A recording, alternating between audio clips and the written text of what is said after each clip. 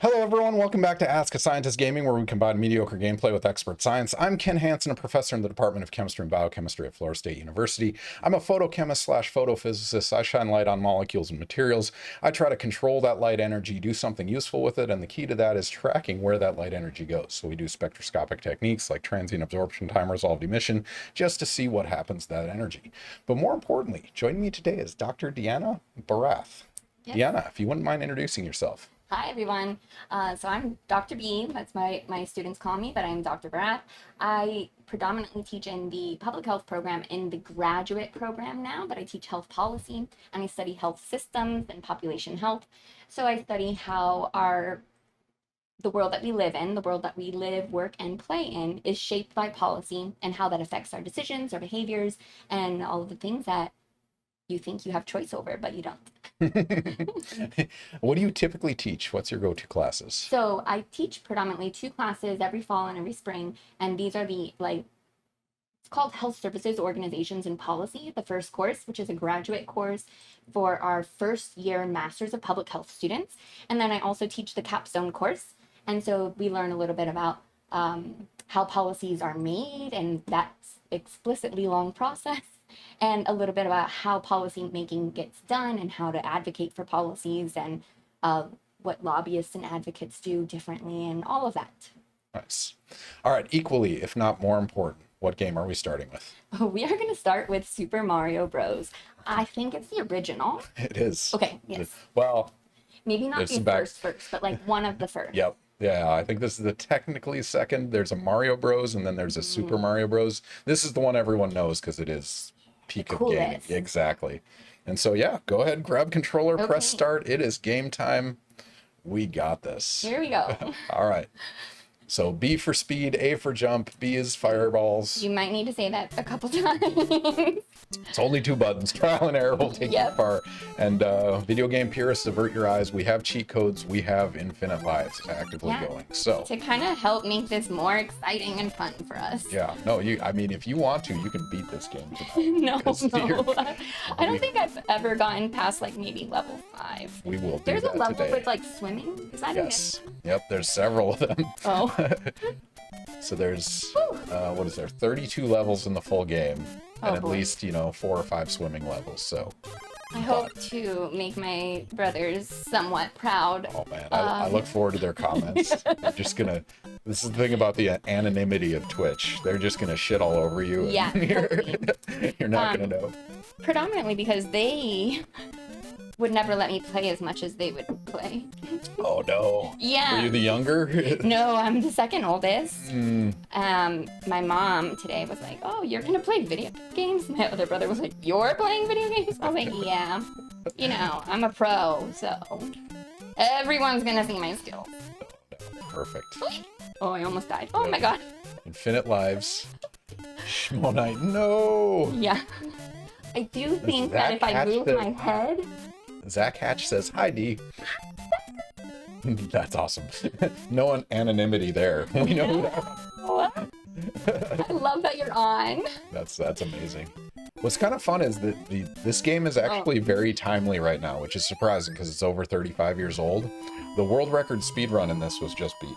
So are you familiar with speedrunning at all? Just like you just go to the end and beat games as fast as you can, right? And so they have optimized this game over 35 years, and the world record was just beat a week ago. 30 seconds, 5 seconds. The total time, the fastest time it's 4 minutes and 54 seconds plus. Wait, for the whole game? For the whole game. All 37 levels. So they do the warps, so they skip it over. They only do 8 of the levels. But they can do it in 4 minutes and 54 seconds. What's really incredible about it is, so there's tool-assisted speedruns where somebody uses a computer to program a perfect game, so you can like perfectly execute the game. They are now 6 frames away from a perfect game. So 0.1 seconds from a human reproducing the best time ever done by a computer. Which is crazy. Isn't it? Like, oh no, that's nuts, honestly. Because they essentially have to execute perfectly for almost 5 minutes, and it's absolutely insane. There are little loopholes. I feel like I'm executing perfectly right now. Speed strats. No, I died. Got too cocky. I did. The gaming gods were not having that. No. Zach says, Coco sent me the link. Yes, I love Coco. That's awesome. We thank you for joining us for Science Outreach. If you guys aren't following us, click the follow button. Ask a Scientist Gaming. We're kind of unique in the Twitch space. We're not gamers by any means, but we are experts in our various different disciplines. And so every 2 weeks we have a guest on. And so we have someone that's gonna, come and talk about their expertise and share it with you guys while they play some of their favorite video games and have a whole lot of fun doing that. So Zach, thank you for the follow. Thank you again for joining us. Anyone else, click that follow button. You'll get a notification about future streams. Actually, I should put the Schmo Night only comes for the snack. Yeah, I was promised there would be punch and pie. I agree. Oh, how do I get that mushrooms? And so, yeah, if you guys are interested, I'll pop up the summer schedule in chat. So, Zachary, you're probably the only one with a Twitch account. A legit Twitch account. That's awesome. I was like, I have never played a video game with Zach ever. He gets to see it on display. Yeah, my very high skills. This is why I don't play with you, Zach. That's what makes it fun, though. And that's one of the things I really like this stream is, we are experts. We sit on our ivory tower, but sometimes we're bad at video games, and that is worth sharing with the world as well. So. So bad. Monite. Inorganic chemistry, I'll have to yell at Melko. Josh Melko, absolutely. I've had Josh Melko on as a guest, which is kind of fun. He's a professor at UNF. That's great. He actually did his office hours via Twitch. Oh my gosh. And so he did that before I even started this. And that's cool. And I had him on as a guest, which was fun. So he joined us from UNF. And yeah. So yeah. Wait, not with you though. He did his office hours separately via Twitch. So he did for years did his office hours via Twitch, and then he stopped streaming because he got the American Chemical Society. You'll appreciate this. Has a internship that you do in Washington D.C. Nice. And so he acted as a staffer, a science expert staffer in Washington D.C. And so he did that. Then he came back to UNF, and he didn't stream after that. But I invited him here to give a talk in our department, just about science policy and like a different lens to look at what we did. Very cool. So yeah, that was really fun. I beat the level. Josh scolded me for my behavior during the guest spot on here. That's perfect. Did he? So I took organic chem when I was an undergrad. Oh, that's awesome. And my philosophy, I sucked at Chem 1, Chem 2, but organic chem is when chemistry kicked in for me. And I was like, oh, all I have to do is make water and alcohol. And then everything else balances itself out. That's not totally the answer. Okay. It's close enough. But within air. Plus or minus. It'll get you a B. B's get degrees, that's for sure. Well, it was better than I took Chem. Oh no. Oh good. Yes. I took Chem 1 and 2 twice each, so I didn't have to repeat my Orgo Chem, so I was very happy with it. Sporty Stat says you're not doing half bad. 2 levels down already, Thank you so awesome. much, Sporty. Oh man, let's update that because it's not 2 now, it's 3. Is this the end? This is the end. I need to do better on these flagpoles. I mean, we're not keeping track of score, but but I know that there's a way that you can get to the top. Mm-hmm. Yep. Oh, I got fireworks. I forgot about those. It's just slowing you down. Oh, jeez. All right, now we're on 2. But this is gonna start throwing lava at me. Yep, and fire bars. Oh, Jude. Okay. I'll give you after 1 run in this level. Actually, press pause right now. Okay. Start. Yep. Okay. So I'm gonna give you so it stresses you out less. Let's just keep it so it's okay. Press start again. All right. When you get a fire power now, it'll stay for the level. Nope. All right, so you have stay big. So you can't possibly lose this level. The only way you'll die now is if you fall in a hole. And spoilers, there's no more holes on this How do you level. B? No, just down arrow. Ken Hewitt says, that's my professor. She's killing it. Thank you, Ken. Excellent name. Oh!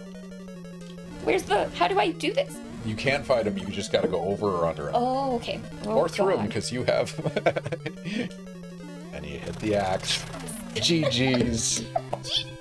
There we go. 4 levels down. And I got to the mushroom people. So that was 1-1 through 1-4. And Let me tell you up to that 8. this game made me sweat. It's not going to get easier. All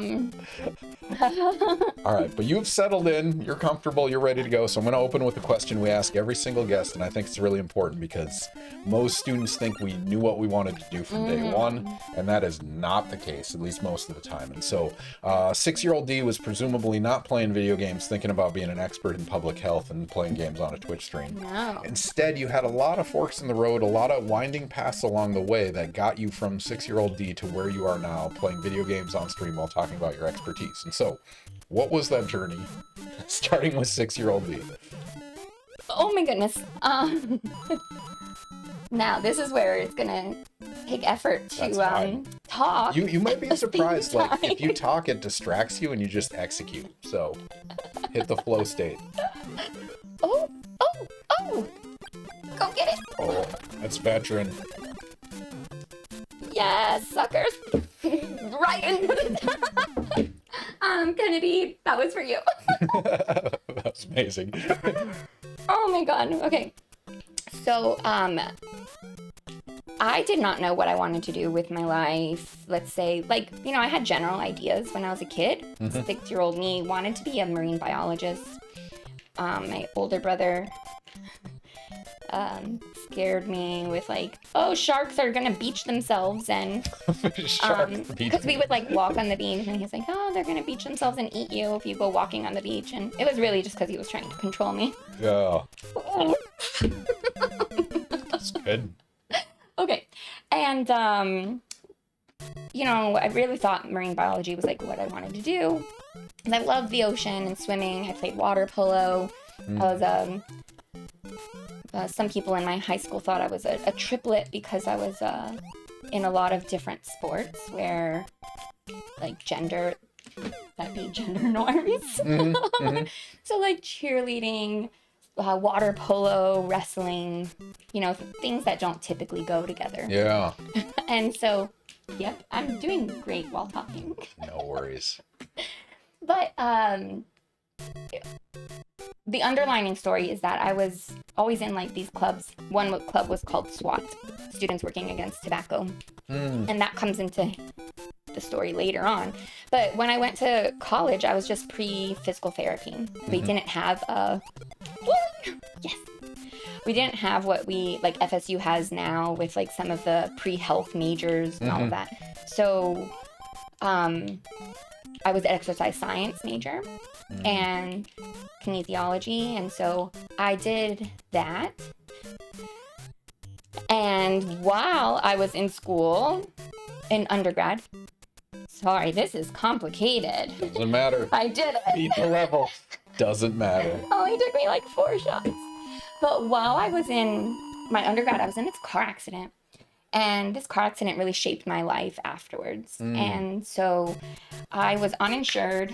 This was pre the Affordable Care Act. Oh, parents insurance up to So 20, yeah. we didn't have parents insurance and Yeah. stuff.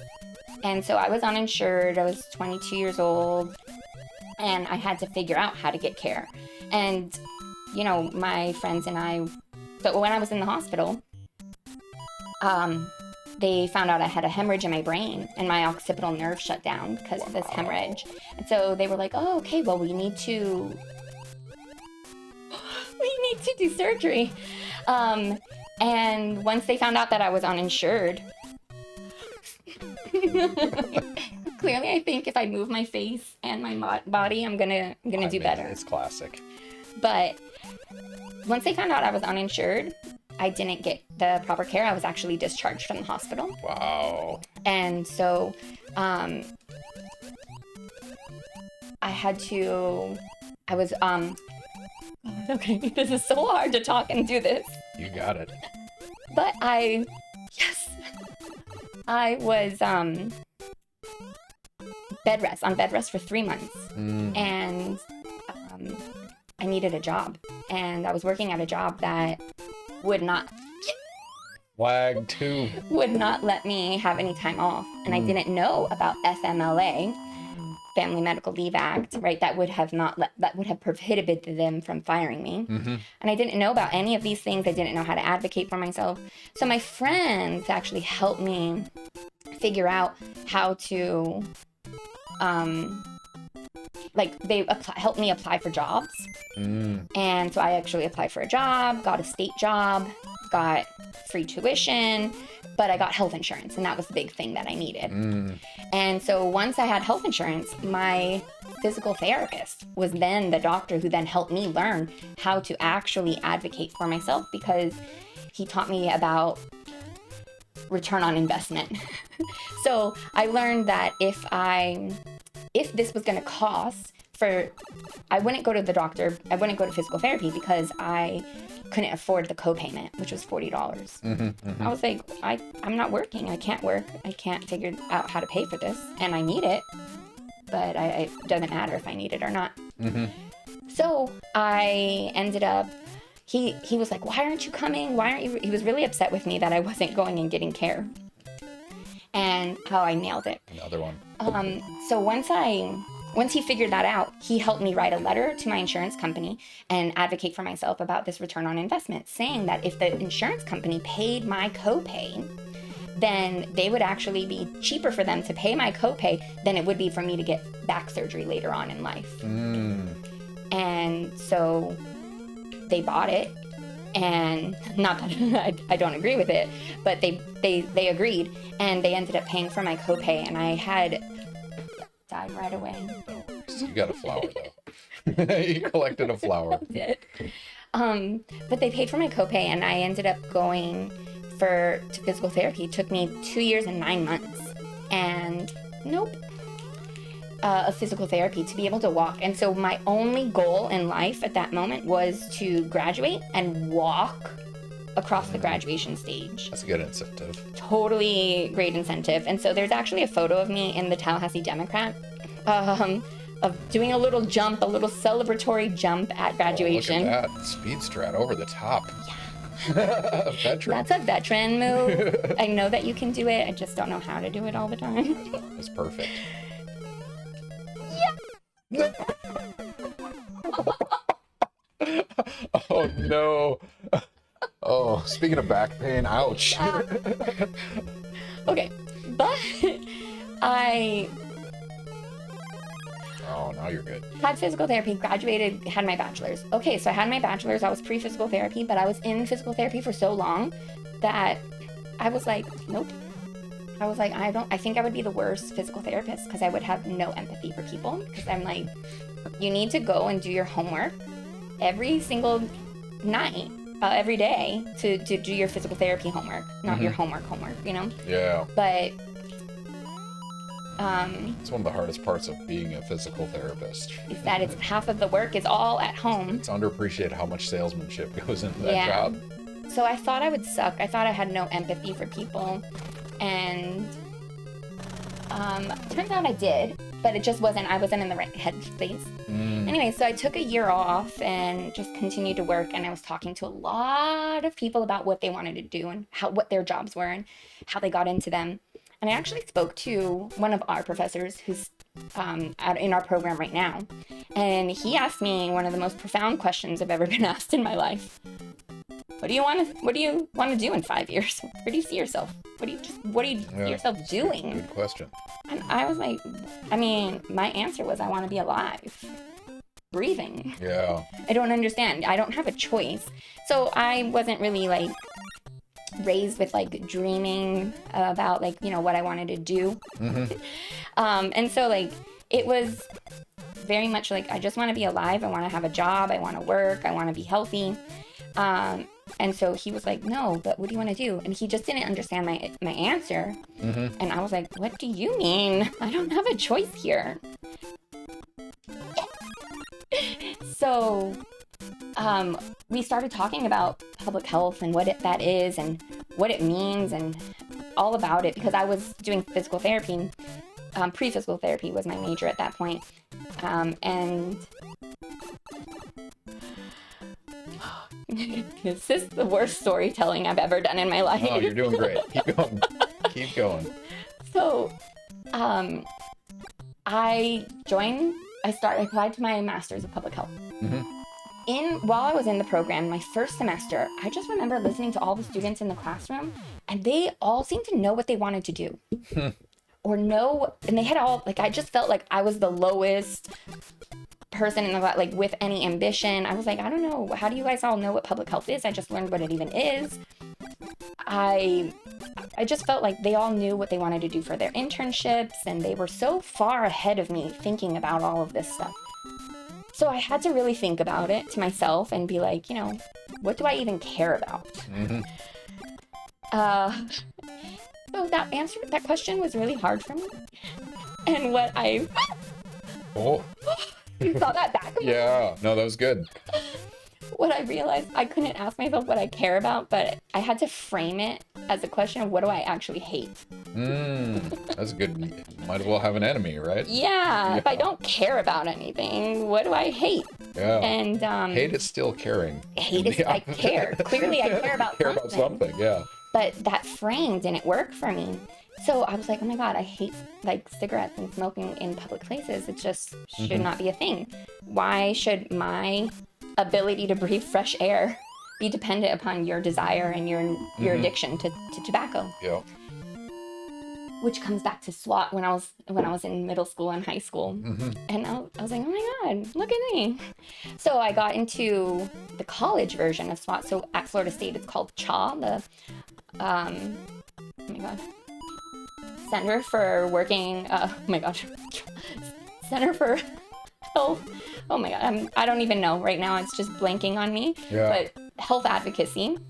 And so they had a tobacco program, and we used to have a smoking campus. Actually, when I was here, we had a vending machine in the union. What year was that? What? If you 2000. 2003. 2003. Okay. So we had a vending machine in that the was union. pretty late too, right? Yes. Compared to most of the country, that was. So you can just go to the union vending machine, get your cigarette, and do do your thing. So I joined so 6 years of work previously to me. And so I worked on anti-tobacco efforts at Florida State. We used to have a program called Breathe Easy. And it meant that 50 feet in front of whatever buildings opted in to the tobacco-free policy.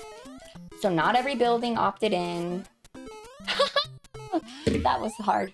Yeah, that's a challenging one. But it was like Breathe Easy. It was hard. But smokers didn't know which buildings opted in, opted out. So it was really confusing to be able to follow that policy.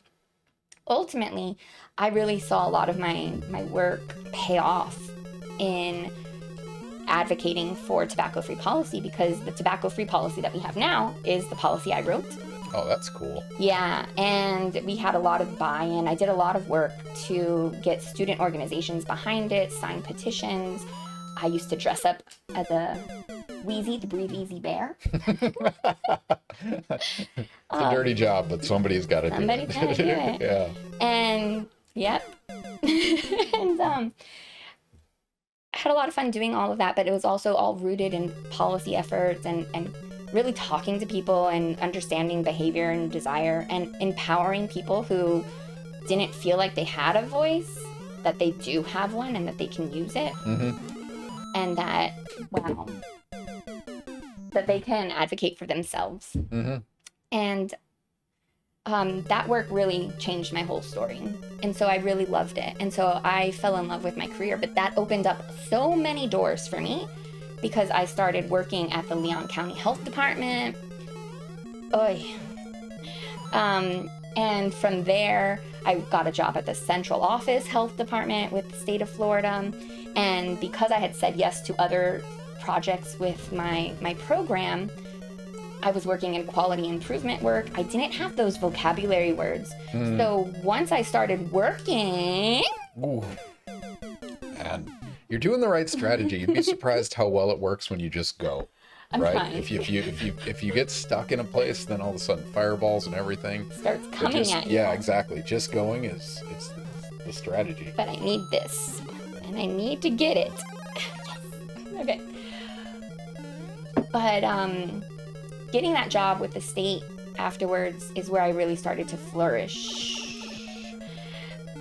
Because I had a vocabulary, I started working and really understanding my value as a public health practitioner and what I bring to the table. Oh, yes. And really understanding that it wasn't until I was able to apply all of those skills in the workforce. But through my work with the state, ultimately I became the equivalent of an assistant deputy secretary for health for the state of Florida. Loved it, got to do a lot of legislative work, got to meet and do a lot of interesting projects with, I don't remember this level at all. I feel like this was my... You never got this far? I don't think so. Well, we're breaking records tonight, ladies and gentlemen. What if this guy dropping things on me? This is one of the most stressful levels as a kid. But fun fact, this is the easiest level on the speed run. Oh, okay. It turns out if you just go fast, you outrun those things. Okay, I can do that. Woo, I thought that thing was gonna get me. Speed strats. I'm doing it. Except for that hole, it was good. All right, let me catch up on a few things. GH32, welcome to the stream. Thank you for the first time chat. GH32 is George from Miami. You actually know George. Thank you for the follow. Thank you for joining us. Likewise, Claudia, love this. You are doing so well. Words of encouragement. Thanks. Usually chat is not so friendly. They more mock you for the gameplay, but this time, no, they're pumped for you. I appreciate it, you guys. Claudia, thank you for joining. Thank you for the chat as well. If anyone's not following, click the follow button. You'll get some notifications about future streams. You'll also get a bunch of standard internet unit points that we will use to answer questions later, which is kind of a fun aspect of our stream in particular. But sorry to interrupt. No. Keep going on the story. Yeah, so anyways, it was an election year. And so I was most likely going to lose my job, or there was going to be, change. And so I said, maybe I can get a PhD. And I thought I needed one because I have as you all can hear, a very high-pitched voice, and I smile a lot. So you're not really taken seriously in legislative committees and bodies. And there's a lot of perceptions that go with that, with being a happy person in general, and working in these types of environments where you do need to, that strategy worked. Speed strat. Nope. Golden Cherry says, go Dr. B. Danny. That's Danny. Oh, Danny. One of your students, presumably? I think. And so, yeah, I applied to 13 universities. Because I had worked at the university prior to, I understood that I needed to really think about who my advisor was going to be. Yeah. It's good advice. So I went and interviewed all of these different schools to see if I liked the professors that I was that I thought I would like. And a bunch of them I enjoyed. I got accepted and went off and got my PhD. Thought I was going to come back and become a health department administrator. But with it got too hard. Just with where life was, we were in COVID, and I just really felt like I wasn't ready to go out and be with the public because I had just finished my dissertation in my home in the darkness, and I needed a little bit more comfort before I think. I want to just be honest with that. I reached out to Florida State, and they had a job opening because a professor had just retired. So I was very lucky with timing. I was able to get the job, and that's the job that I have now. So it wasn't that I didn't want to not become an academic. It was that I thought I was a practitioner in my heart. And I see. I really only wanted to be a practitioner. I just didn't see myself as an academic because I always felt like I just couldn't do research, or I wasn't one of the researcher people. But I had 8 publications before I graduated with my PhD. I really got into research with my advisor. We were a killer team. I love her to death. I would work with her any day. And I really realized that you can do all things if you really work hard and do it, and you want to do it. Mm-hmm. So when I was looking for academic roles, oh no. Ooh. Oh. No. A little more speed, but you're over halfway through the game. Okay. So looking for academic roles, I really was more about wanting to be still in practice, less into. I felt like I had more to give to practice than the research world, where I felt like most. Just a little more speed. So if you're running faster, you jump higher. I need a whole beat. Yep. One more try. Okay, here we go. So GH32. I like just how every now and then she just goes, nope. Snazzy says, my girlfriend plans to applying to Pennsylvania PA school at good. PA, physician's assistant? Yeah, physician's assistant. That's at FSU. Very cool. Claudia says, make it happen. Follow-up Claudia says, you are such an inspiration, D. Hearing you tell your story has me in smiley face tears. Also, seeing you talk and do something difficult at the same time, and I'm in awe of you. So, inspirational. I love you guys. I totally need you. I would be worthless without it. Oh, no. Nope. Nope.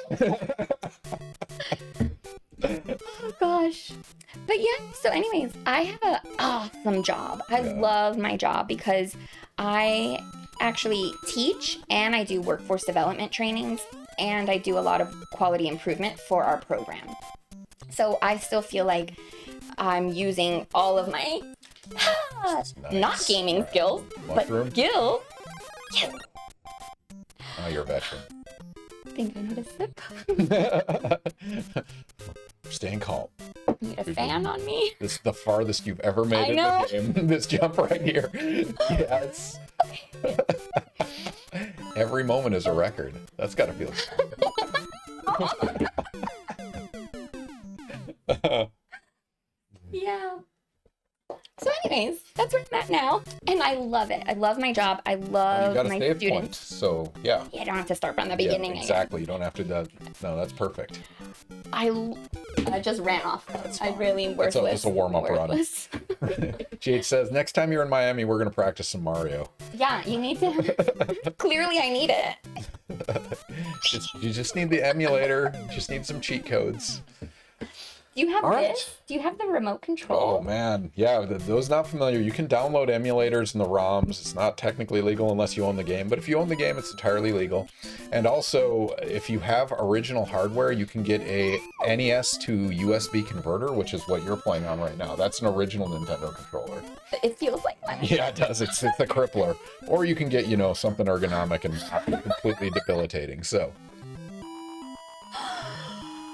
I think I stopped breathing. Claudia, Shabeba energy? Smash Shabiba. Mm-hmm. Nice. Oh, she's coming out. All right, so you got through one question. What's your journey? Chat, if you have any questions you would like to ask Dee about public health, about policy formation, about public health policy, real-time, real workforce training, feel free to throw those questions in chat. I will keep track of them. We might not answer right away, but we definitely will.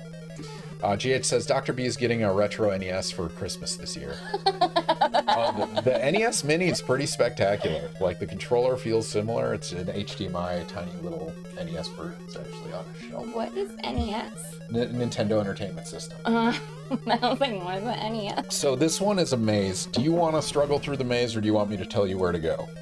What do you mean this is a maze? It's not running straight? So if you go through the wrong path, yes. So this is repeating yeah.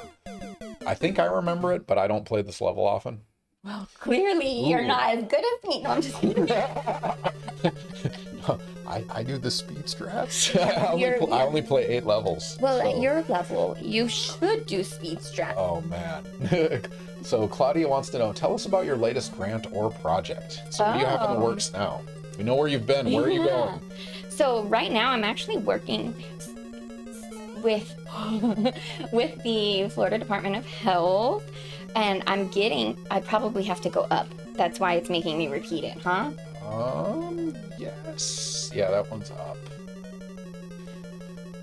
Reigniting their Research Excellence Initiative, which is REI. So I think this one's down. Down more? Yep. Go down. Man, if somebody's played this recently, feel free to go check. Oof. Okay, so that's right. Yes, we're here. We're here. That's good. Maddie H says, "Hey D, miss you. You're on a world record pace, by the way." She's about 20 minutes after world record pace right now, but thank you, Maddie. Thank you for joining.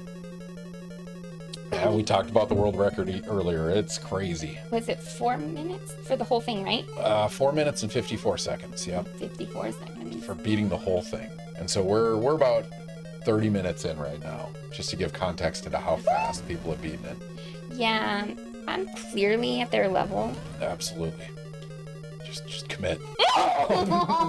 Fireball out of nowhere. Sorry. All right.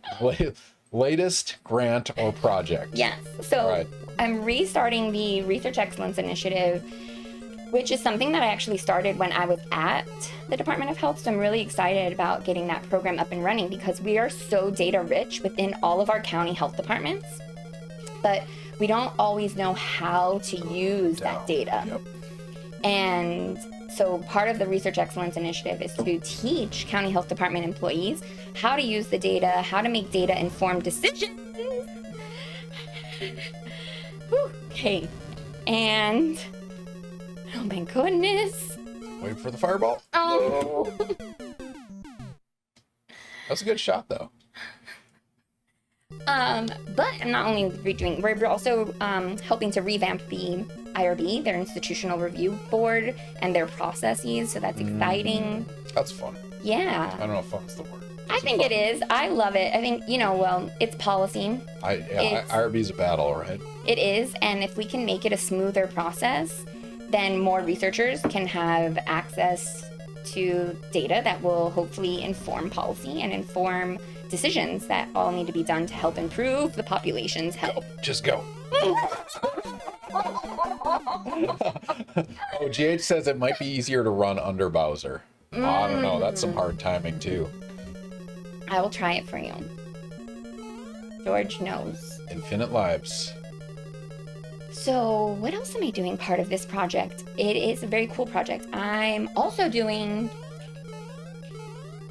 a research symposium, which is super cool because we get to bring all of the researchers from around the state of Florida who've gotten grant money to do research, bring them to Tallahassee. Oh, that was so close. Oh, man.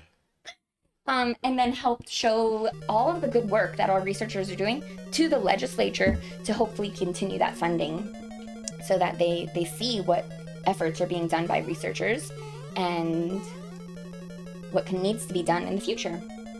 So I'm really excited about that work. And so we now have a team working on all of these things, and we've been up and running for about 2 weeks, so. Left flip. Oh. Yes. It's been exciting and rewarding. So, GH, to your point about running under Bowser or over Bowser, fun fact for those of you guys that have watched any of the runs. So the final Bowser throws hammers as well as shoots fire. There are 8 patterns that are possible, and 3 of them you run under, and the other another 3 you go over, and then 2 you're dead no matter what if you're trying to speed run. And so that is what speedrunners have to deal with, just like odds and statistics of likelihood. So sometimes under is the answer, sometimes over, and you just gotta read the game and... I'll figure it out. Oh yeah, you have infinite tries. Yeah, which is the best cheat code ever. All right, Coco, welcome to the stream, Coco. Thank you for joining us. Next time, chat, you should definitely click the follow button and celebrate with us. We got another level passed. World 4 is done. So we're halfway through the worlds. Now we're going down to World 8. Or we're journeying forth. But anyway, Coco wants to know, how do you feel about the role AI is taking in public health spaces? What a loaded question. So I'm actually that I did really, really good. I actually have seed grant money this summer to develop an interview protocol to interview some public health practitioners on how they're using AI and what they're using AI for and what we need to be training our students on so that they can get jobs when they graduate. Yeah, if AI is really reshaping practice at the moment. Not that we won't have to do this kind of interview every once in a while because everything changes so fast. Yes. I almost went right in that hole again. But it's really scary in many ways, but I don't want to be... Didn't know that it actually shot. Sniped. Just sniped. Okay, they're shooting at me. Save point, though. That's I'm good. a little That's person. Retro Gaming Music, thank you for the raid. Thank you for joining us. It's been a while. I hope your stream went well. I hope you guys had fun. You guys should check out Retro Gaming Music. Let me find... Do they play this music? Oh, they do 8-bit music, or like, I think it's called chiptune is the common nomenclature associated with it, but oh man, let's go. There we go. Yeah, you guys should check out Retro Gaming Music. They if I remember correctly, they're European, so this is probably really late for them, but they hang out, they talk about and actually play 8-bit related music or like retro gaming music. So thank you for joining us, Retro Gaming. Tonight our guest is Deanna Barath. She's an expert in public health and public health policy and how those policies affect outcomes and things like that. And she's playing a little bit of Super Mario Brothers, and she is beating another level. There it is. 100 points. Yeah. So Retro Gaming is it's 2:41 a.m. for them right now. Wow. Still late enough. Thank you for joining us. Thank you for jumping in. If you have any questions for Deanna before you decide to go to sleep, throw them in chat right now. We are going to answer them. So I think AI has there's a role for Nice. I think there's a role for it, but it is you just... That's the good strategy. Yeah. Do it. Just go. Okay. So, the environmental impact, though, can be really devastating. Oh, yeah, it's a cost benefit, huh? Yeah. But it also is what we need to recognize as a society is that what we consider AI right now is large language models. So it's just recognizing pattern I don't know. No, those Hammer Bros are the bane of everyone's existence. Okay. There might be a flower inside those blocks. Oh, okay. I need to hit blocks. Yeah. That might be a strategy.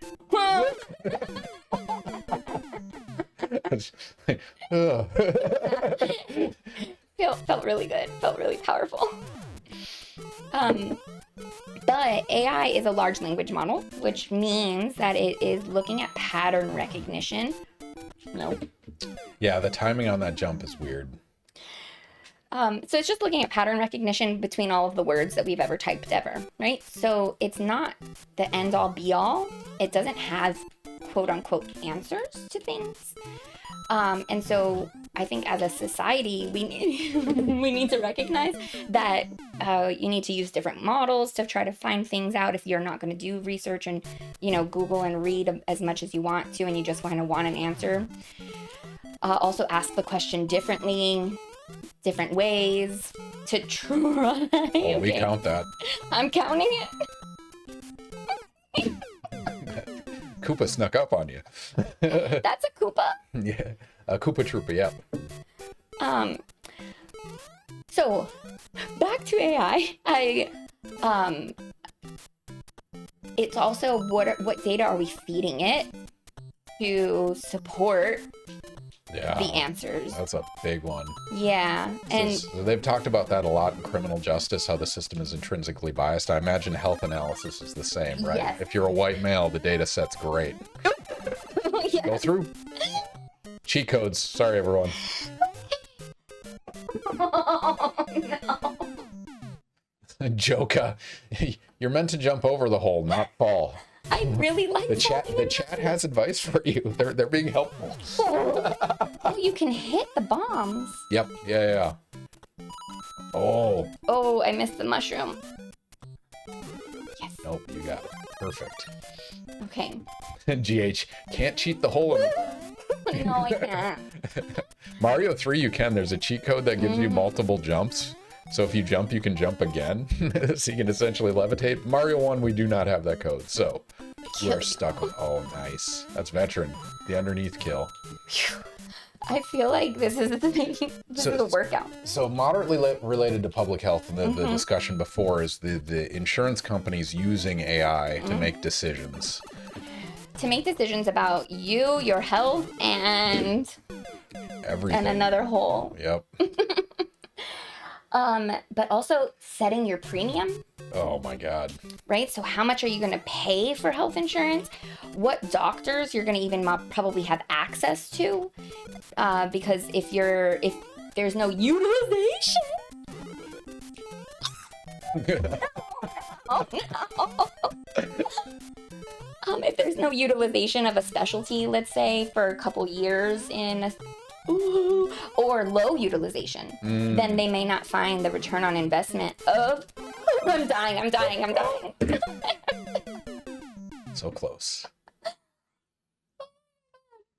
But they might get rid of that specialty, right? They might change and say like, we're not even going to pay for this type of specialist in this area. Bye. So I think AI can be used for good and bad with the way that we analyze data and what we use it for and how we use it. And the So I training think sets we use. the most important thing, though, is really to understand what data you're giving up when you sign all these authorization forms.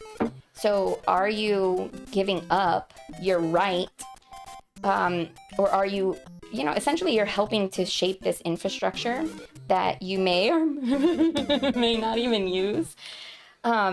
I mean, you might be more optimistic than me, but I don't believe that signing anything inhibits them from using any particular data set, right? Like, No. They're using all of that data regardless. yeah. But on that information exchange network, like, Yeah. do you have access to some of that level of data sharing? I see. Oh, now I didn't. You see, I should have just gone because now these jacks. Oof. What do you call these axes? I call them jacks. They're called hammer bros, and they're throwing axes. Oh, yeah, no, that's perfect. Oh, yes. Okay. We got it. Take a deep breath. Don't die. Ooh. And as long as you don't fall down the hole, you're good. Now we upgrade. Yes. Oh. These All right. holes. We have a question from Ken Hewitt, or more of a request. Tell us about the public health program's reaccreditation process and why it's important. Oh, so good. So we are in the process of being reaccredited. We actually are under that process right now. And accreditation is so important because you can go out and get a master's degree and your degree may not be like a certified, right? Like you can be educated in anything, but having a degree from an accredited program signifies that your program has been reviewed, like peer review, like when you publish a journal in a valid journal. Oh, an article in a valid journal, excuse me. So our program is accredited, meaning that we have been reviewed, that our curriculum is nationally robust, and it says that, yes. Ooh, here it is. Final staircase. Bye. Okay, don't fall in these holes. It signifies that we... That was a good one. That was a good one. a quality education program. And so the other thing that happens with like ways that you can do that is by graduating from an accredited institution, but then also getting your CPM, your certification in public health, because then that says that you didn't just go to class and, you know, C's get degrees, right? Like I was saying, or go chem, you know. Yeah. But that it says that you have a baseline level of knowledge of what a public health practitioner should have. So accreditation plays a big role in that, because you can't even sit for the exam unless you graduate from an accredited institution. I see. Yeah, a program, not just institution. No. And so we are undergoing that now. So if anybody has comments about our public health program, you can send them to our accreditors, good or bad. They're looking for comments. They want to hear from the public about if they think that our program is creditable or not. Did a hammer just go through you? I thought it did. Oh, I really man. thought it did. There's a fun glitch in this game where there's a sprite limit, how many objects the game can identify. And if there's too many objects on screen, some of them aren't real. They're just aesthetic. I will go look at that again just in the footage, but fun fact.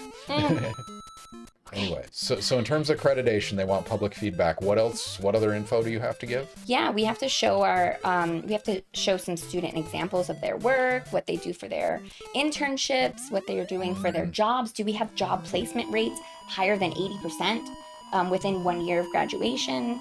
And this goes for our bachelor's and our master's degrees. Oh, wow. So both of our programs have to be judged against this rigorous set of metrics that... So who's doing you have accreditation programs? Like somebody does this process? Me. Well, you're the one putting it together, but who evaluates it? Oh, the Council on Education for Public Health. Okay. And that's a national council then? Yes. Okay. So it's standardized across the entire U.S. Entire U.S. And so that's why we can say that our Oh no. our program is nationally competitive because we are of the same rigor. Yeah.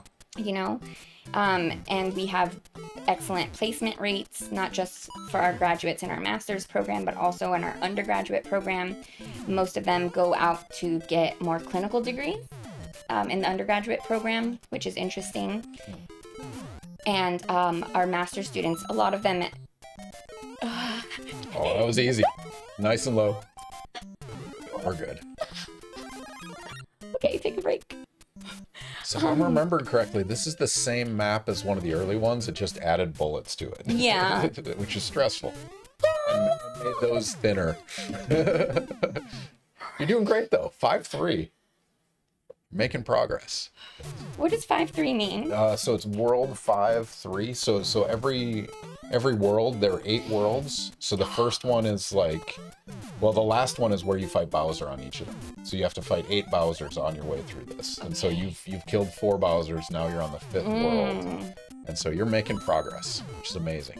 Oh, no, you get going. There you go. That's the end. If I can get up. All right, we should ask our audience some questions. Which one should we start with? Which one do you want to do? I think the first is the best. We'll start with the first one. Yeah. All right. While D moves on to 5-4, we're fighting another Bowser, and we're getting to the end of the level. We're going to pop up a question for you guys. And so, Ask a Scientist Gaming, Mediocre Gameplay, Expert Science.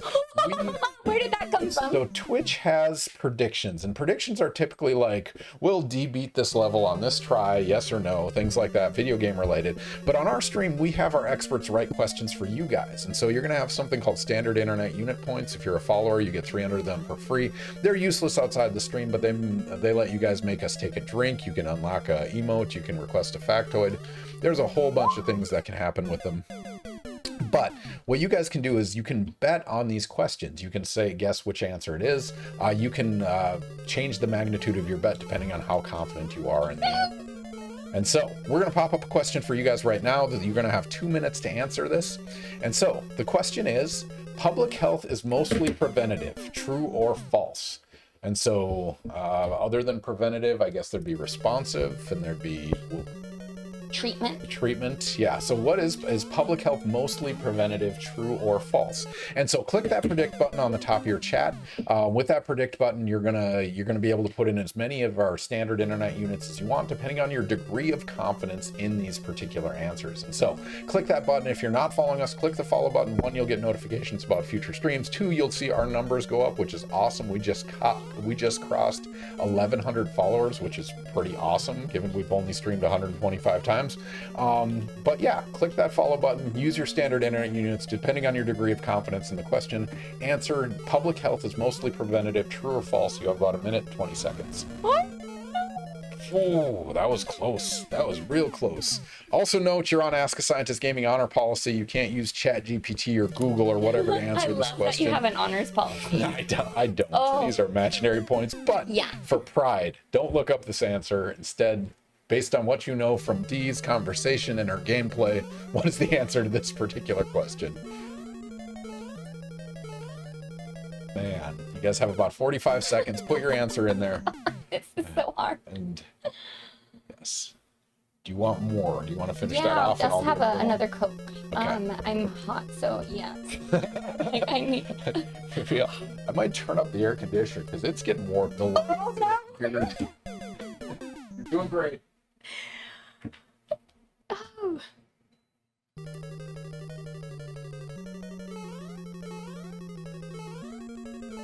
Okay. Flying at some point. Yeah, it did. Just a rage. I think I got hot and I think the button flew off. But I have a button here that says science is public health. That's awesome. All right, public health is mostly preventative. The prediction is closed. All right, Dee, what is the answer? The True or answer false? is true. Everyone said false. Really? Wow.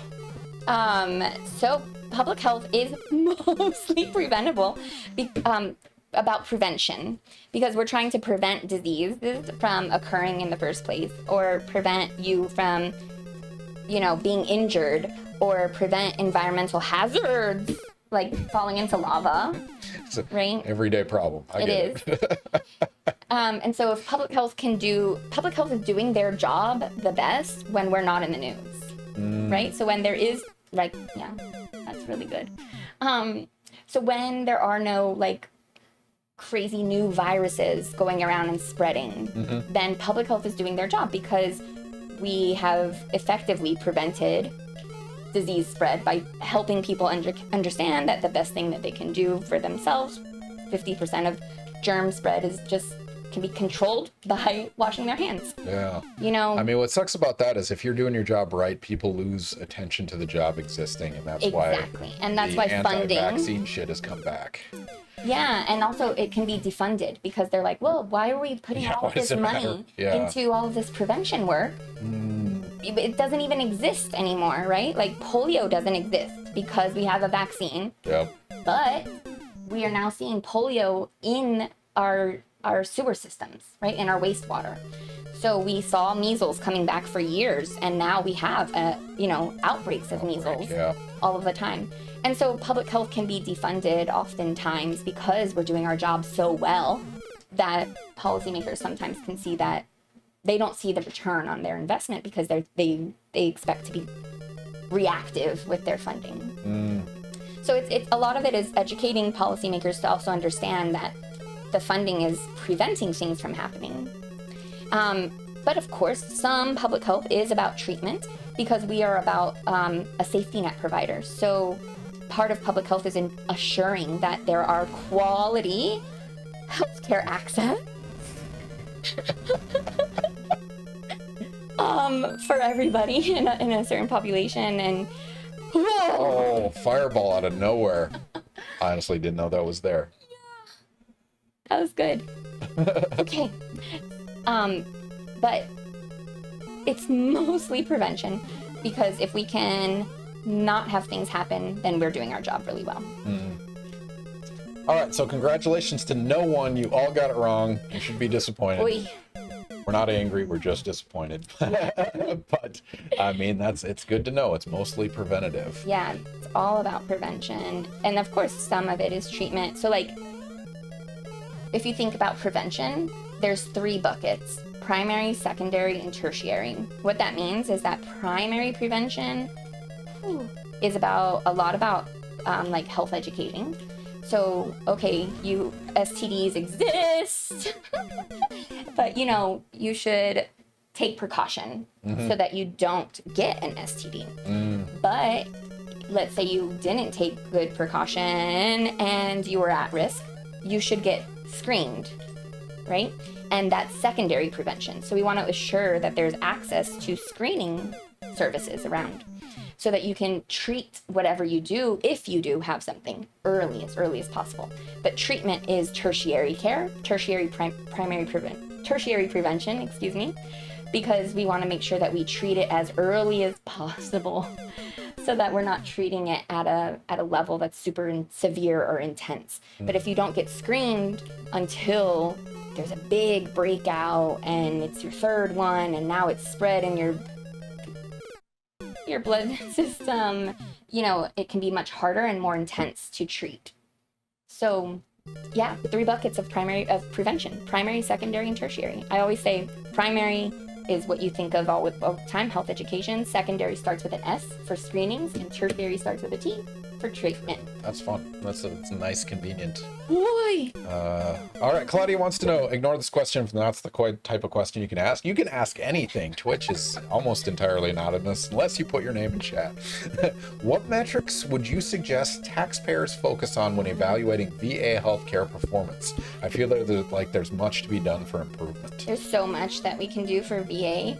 A lot of it, VA is so complicated because it's not the same for every service member. That's crazy. Right? So every service member, even to qualify for VA services, has to have been in a specific ward, in a specific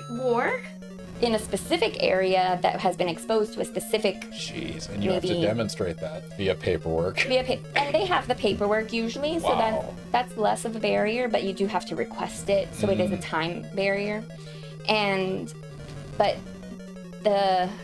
okay. Okay. We're good. Hold on, Kawa, 1 second. Yep. Oh, man, he was too far forward. That was unfortunate. Trying to go for that. Hard timing on that one. I have to do the whole thing again. Yes, no, this one, towards these later levels, you don't get any more checkpoints. Okay. So VA. Yep. I think other big scandals that have happened at the VA is like suicides that happen in the parking lot because they want to become martyrs for the cause. Because they don't feel that they're getting the psychological services that they need, and they're trying to demonstrate. Oh my God, I went backwards. Okay, good. Okay. No. Okay. So I think it's just being able to do needs assessments. I think the VA needs to constantly do needs assessments or use AI to kind of see what the patient populations need. But the biggest thing that they've done that I think is a wonderful thing is include community-based services.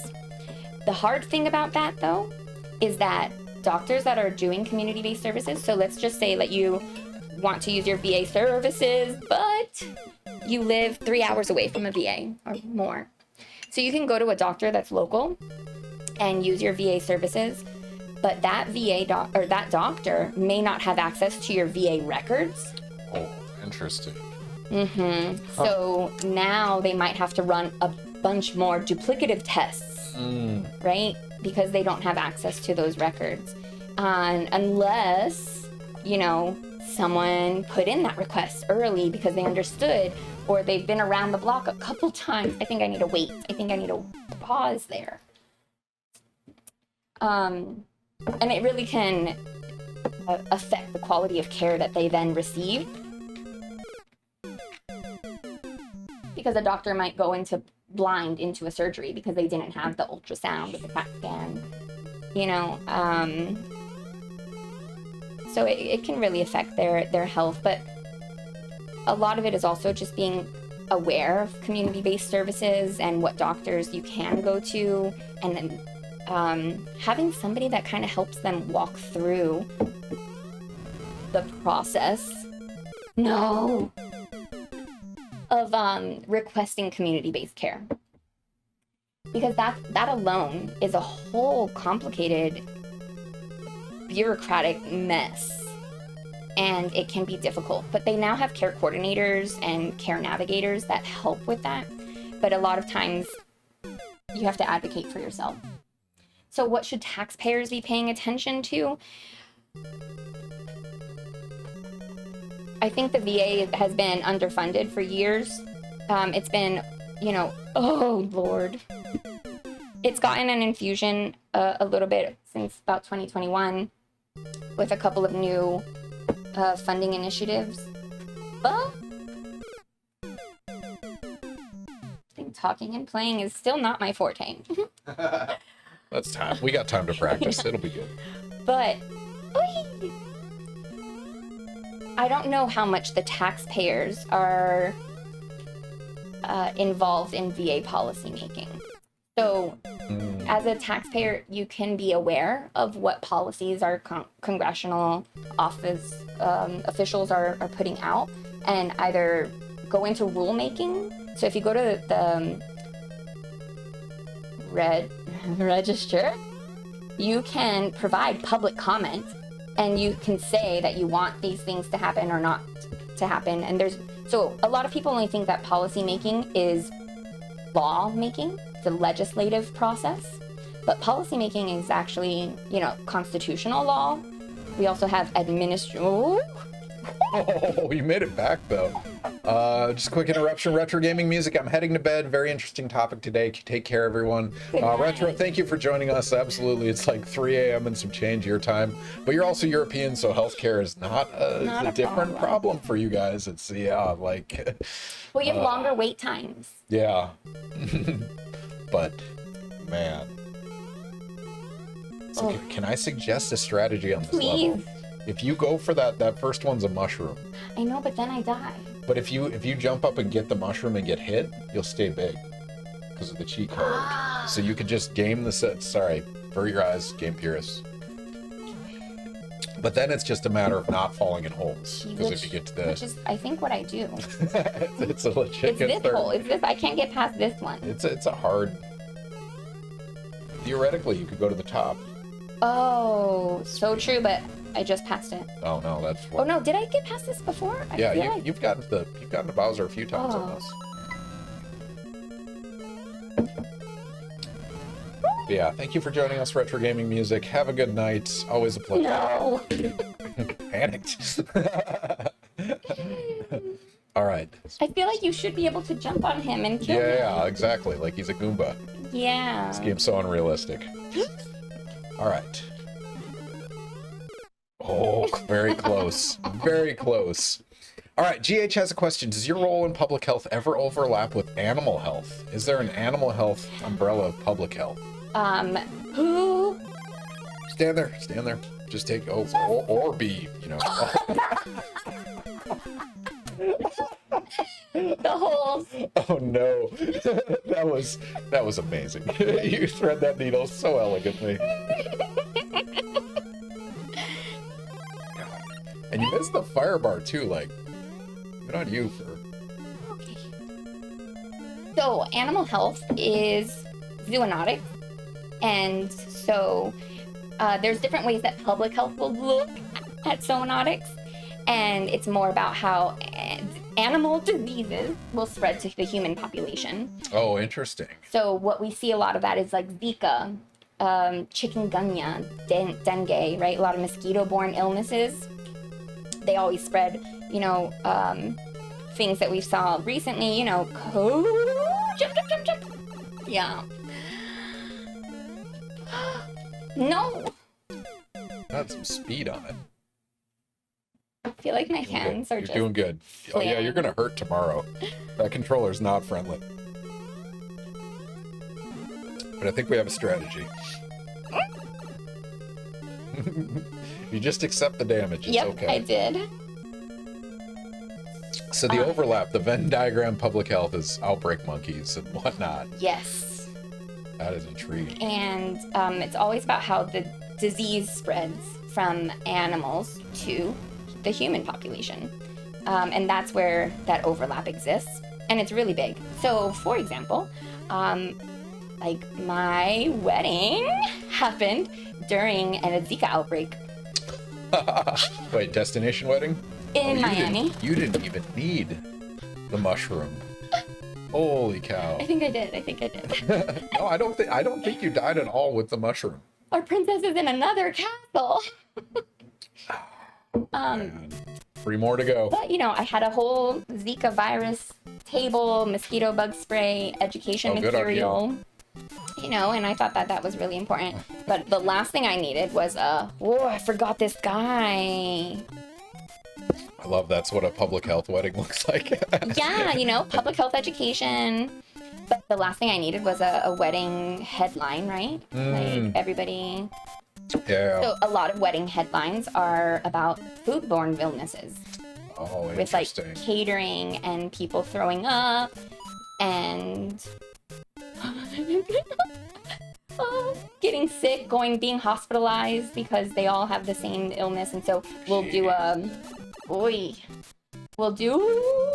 an outbreak investigation to assess what they ate, where they were, to determine if it was everybody at the wedding.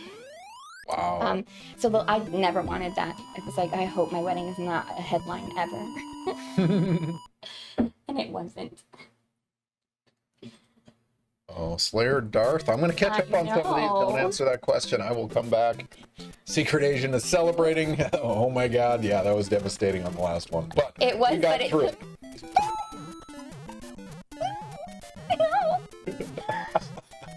You got this. It's perfect. All right. Slayer Darth. I'm gonna ask these because these are fun. Yeah. If someone was to study public health in the U.S., would be doing so from a predominantly U.S. perspective, or would they study key global events like what Romans did with public baths, for instance? Like in terms of studying history of public health, I mean, would they look at the global movement or some predominantly U.S. historical perspective? That's a great question. So some public health programs have a global. Do you guys think I can jump across? Yeah, you can make that. Do it. Okay.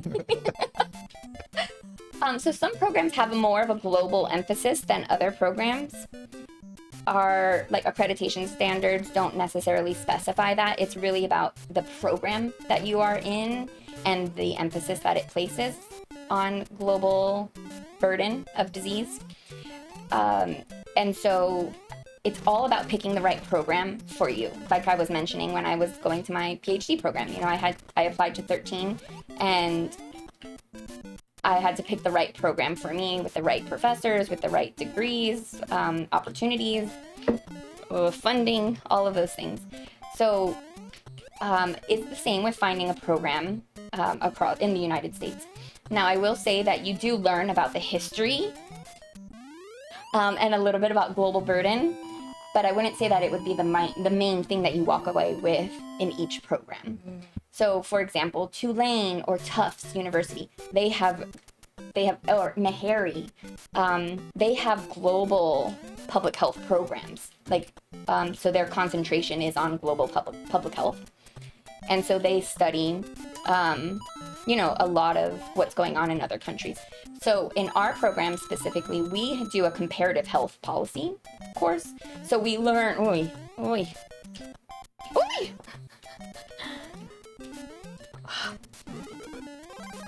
Ooh, that's a high-risk flower. I think you could make that full jump or take the platform. You got it. Okay.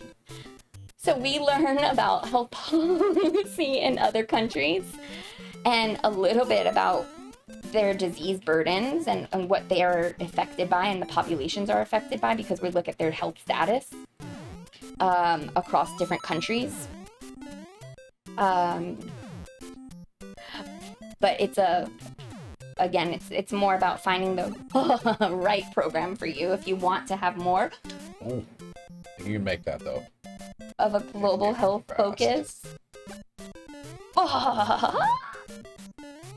versus a more US These are gonna drop. emphasis.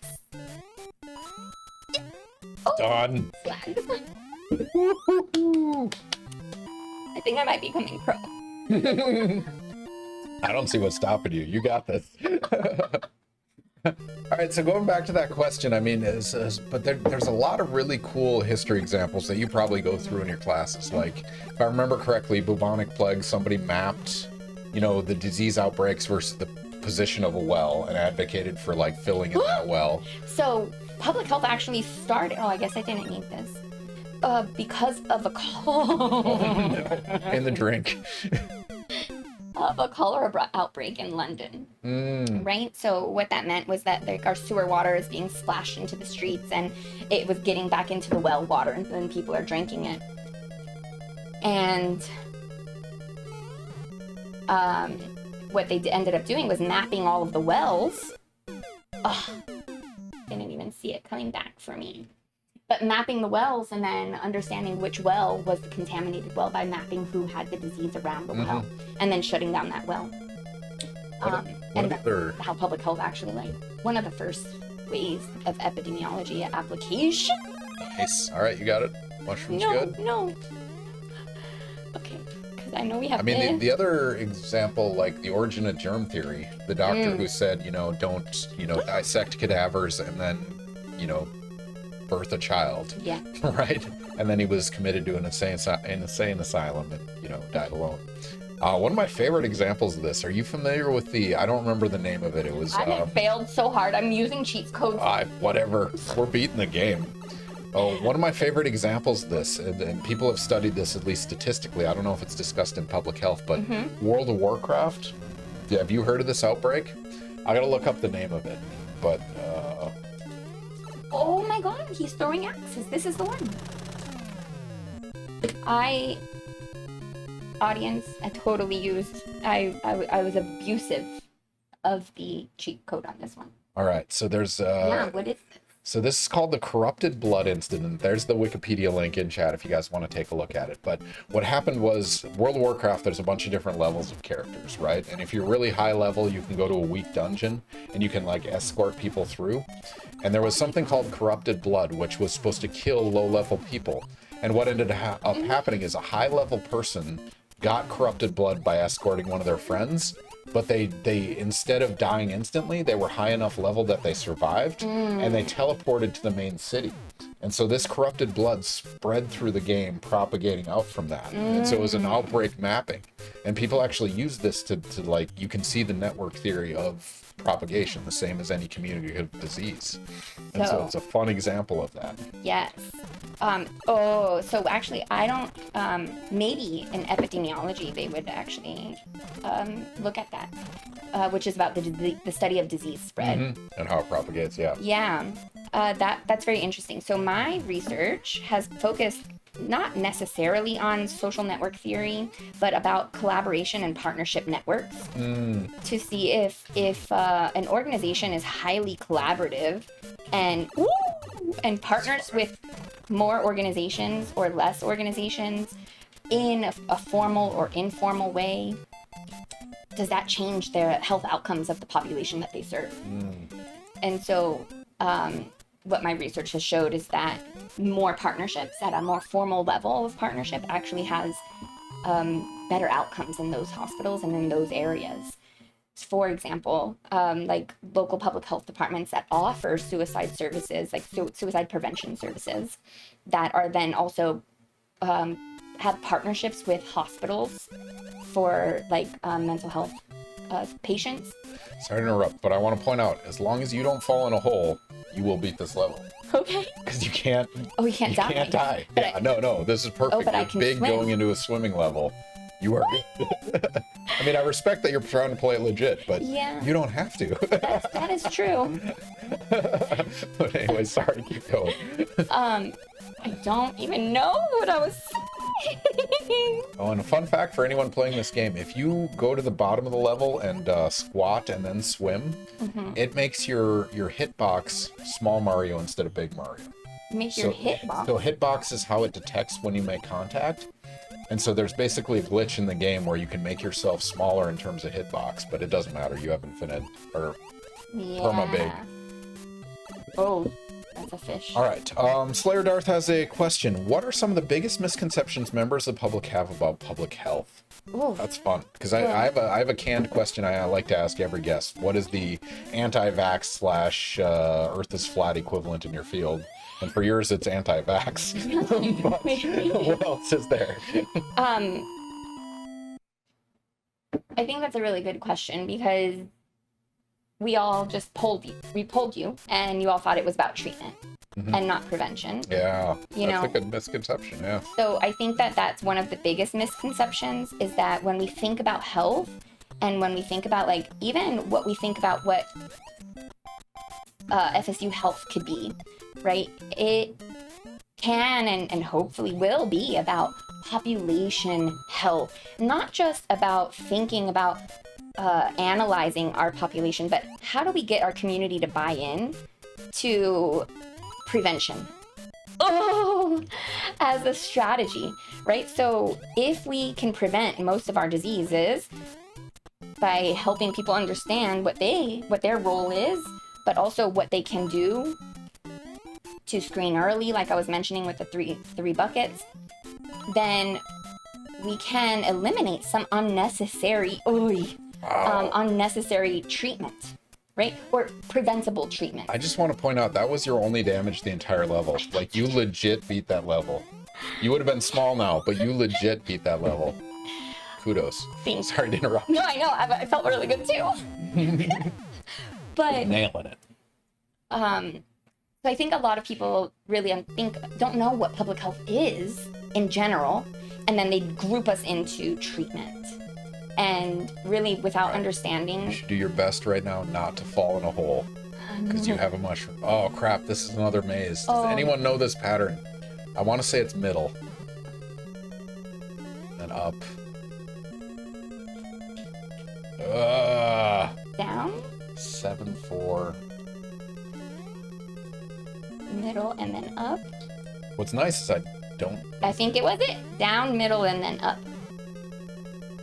Oh, no, I don't know. Yeah, just as long as you don't. No. Actually, no. It doesn't really. There's not a lot of obstacles on this one, so. I will just fall in a hole. First maze, bottom, middle, top. All right, so go bottom, middle, top. All right, second maze, top. Okay, fire. Oh, so on those, if you're running speed, you'll skip right over those gaps. Oh, Like it'll let you walk over them. Yep. So yeah, just keep going. So bottom, middle, top. Sorry to interrupt the public health discussion. This is very important. Bottom, middle, top. Then top, middle, top. So top and just keep running. Oh, cool. Top. Oh, go back. Middle. Up, get up that one. Middle. And then top. No, stay middle on this part down here. Nope, you go down. That one and then top. And I think that's it. Now Bowser. Oh. This isn't a bad level, actually. Like, of the obstacles you've dealt with.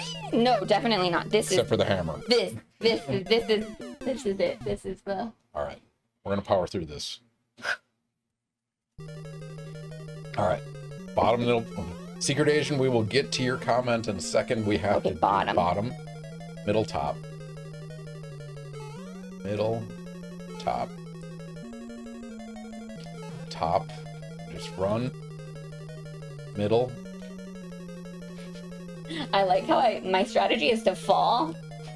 It works. What's crazy is I found this answer in like 10 seconds of searching the internet, right? When we were kids. Oh, This you had was to buy not the an comic option. book that Exactly. had The Nintendo Power. The Nintendo Power magazine, or you had to call the $2 a minute phone line to get the insights. Yeah. You know. The Nintendo Power hotline. Or you could just fall into the lava. There we go. GH knows what I'm talking about. Nintendo Power hotline. See, I didn't know about this hotline, so I just had my older brother. I think your older brother knows about the Nintendo Power Hotline. 100%. He, because he had, and then, do you guys remember beepers? Oh yeah, because I was a doctor, obviously. Yeah. And oh my God, is it middle here? Yep, middle on this one. And you would have all of the cheat codes in your beepers as well. And I thought that was We used to have to remember phone numbers. Yeah. So you had like a piece of paper in your wallet. Oh, So Bowser, I'm going to suggest you go stand right there. Okay, until he jumps. And then, yep, just get inside the axes and the fireball. I was going to try under this time. I mean, everyone, if you're not aware, we've committed. This game will be beat tonight. It's just a question of how long. I've never. Like, we're not sleeping till this is done. What time is it? It is 9:25, so you're halfway it. through. Time flies when you're having fun. Oh, I Playing a already little forgot. Mario. Is this middle? Mhm. Sorry, everybody. Middle, and then... Oh. Yes. Secret Asian, we will get to your Oh my question. God, what is he asking? Or they asking? So get inside. Oh, so close. Do you want questions or do you want to focus on this? Let's What go would for help? it. Just yell at me. All right. How do you balance scientific accuracy with messaging that people actually listen to? Ooh, And this is a quintessential question for every guest I've ever had this is because it's hard. very much so. And then it's not only scientific accuracy, but it's also an innate belief that people have in what facts are. Wow. So if they don't even think that, if they already are against what you're about to say anyways because it doesn't sit with their belief system, Yeah. then it doesn't matter whether or not you're accurate or not. But since all scientific evidence has some level of reasonable doubt, right? We could just say that, it worked in this experiment, but it may or may not be generalizable to the entire population because it only worked in this this population. And every population is different. The other hard part is that when we say that things worked, the gold standard of saying that something worked, per se, is a controlled study. Mm-hmm. But we don't have a lot of controlled studies being done because they're costly, they're expensive, they're time consuming. Yeah. Oy! Oh! Veteran. Run. Nice. Now Middle. fall. And so it's really, I think it's about being honest to some degree about what you're saying is accurate.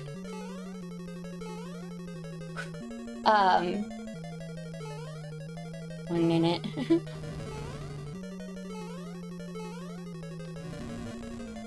No! Oh.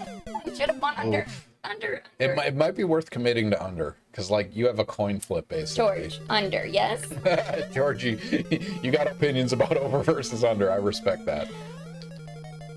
Okay, so I think it's hard with messaging, but messaging has to come with building some level of repertoire with the public.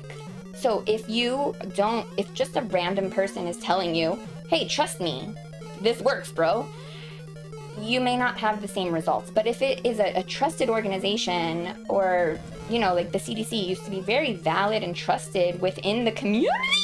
Oh, no. The public health community and within the population as a whole, that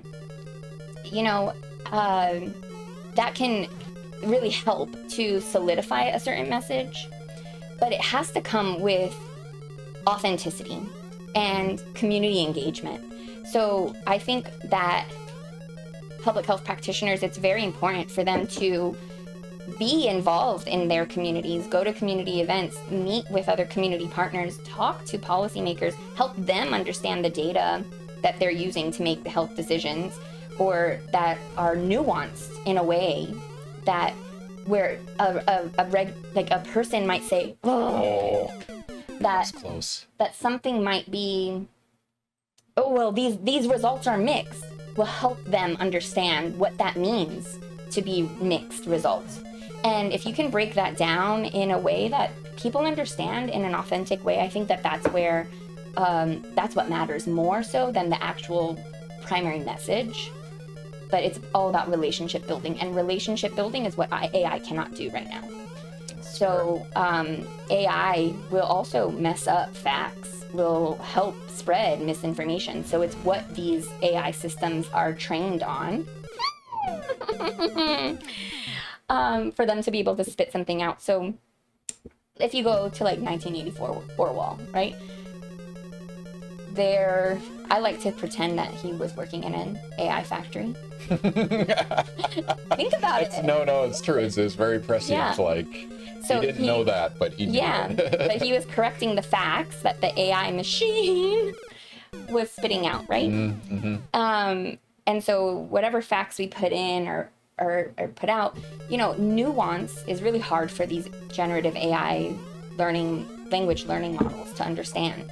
And so if public health practitioners can build these relationships with folks to understand the nuance of data and mixed results, then I think we can really make an impact on how communities perceive health information and whether or not they take action on health information.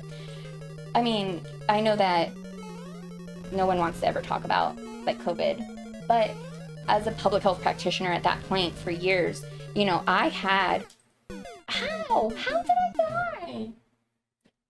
I had a lot of friends call me during that time period of like just shut down and confused about what they're seeing on the news, what's real, what's not, is this harmful, freaking out, but they're leveraging their social networks. Yeah. So I had previously just talked about how my social network, when I was in a car accident, didn't know where I can even get care, right? So I didn't get care for months after my car accident, which which probably prolonged my treatment, which I needed later on, more intense treatment. But your social network is one of your strongest tools, and we don't often think about that and think about diversifying our social networks, because we're just about having people that we vibe with. Well, and related to social networks, the fact that Facebook is programmed to feed you particular, I don't know if you guys saw the trailer for the new movie. So there was Social Network, and then there's a new one. What is it called? Network sequel? Somebody knows the name of this in chat. The trailer just came out. It's called The Social Reckoning. And it was about the whistleblower who came out about the methodologies behind social network. And it's like, I saw one about Instagram where if a teenage female deletes a photo she posted within 1 minute, she clearly has an eating disorder, so target that particular shit. And that's crazy, right? Absolutely. Oh, because man. It doesn't matter. It matters what you're doing. Wow. From before your brain is even completely developed. You're developing this algorithm that sticks with you for the rest of your life. Oh my God, TikTok. I can't. We'll talk about public health and TikTok. But I do have to rant about this, scientific accuracy versus, and it's something, I deal with in the sciences, right? I teach like climate change and things like that, the ozone hole. And so I'll point you guys to a very good book. Have you heard of this, Merchants of Doubt? No. And so it basically recounts the history of, you have these very particular think tanks that know how to manufacture doubt in certain principles. And so the same company that brought you tobacco doesn't cause cancer also said the ozone hole isn't bad and climate change isn't real. And the way they do it, it's a very particular formula, and that science, I can never say as a scientist, I'm 100% sure this thing is true. I can say this thing is false with 100% certainty, but I can never say it's true, because that's the nature of science. You never prove anything, you only get to disprove things. And so what they do is they call it merchants of doubt, because that lack of ability to prove all of a sudden becomes evidence to the contrary. And they use that to their marketing schemes, and they've done this repeatedly. And there's very particular scientists that somehow are an expert on, tobacco and lung cancer, but also on global warming. It's the same people with a PhD after their name that just shit on all scientific progress. Yes, and there's another one, Outrage Machine. And Outrage Machine. I think it's called Outrage Machine, and it's all about people don't take action. I'm just gonna, I don't know. Do you want to do No, you got it. You just, I think just commit and run under. I Just get there, forget to commit. hold B when I run. How tech amplifies discontent, disrupts democracy, and what you can do about it. Mm-hmm. That's fun. Because we don't take action unless we feel something, and oh, I just walked into that hole. That hole is mine. No worries. Made for me. Uh, But we mostly, when you think about your memories, you have very happy memories, but when you think about like something that's happened really good or really bad in your life, you're going to mostly remember things that have happened really bad. yeah, the negative bias. Yep. Yeah. And so you're going to take more action if you're upset. See? It's that hole. But you're going to take more action if you're upset about something. So are you more likely to leave a Yelp review if you're happy? But you're more likely to leave it if you're unhappy. Mm-hmm. You know? It's the rate my professor of the... Yeah, absolutely. Oh, that strikes a nerve. That strikes a nerve. Oh, man, I've actually graphed rate my professor versus when I give exams, and you can see the dips. It's pretty amazing. That is interesting, actually. That strikes a nerve, though. I mean... It's just the nature of the beast. Yeah. The Amazon of teaching. But if you create this outrage, more people are going to be more likely to hear your message and want to take action.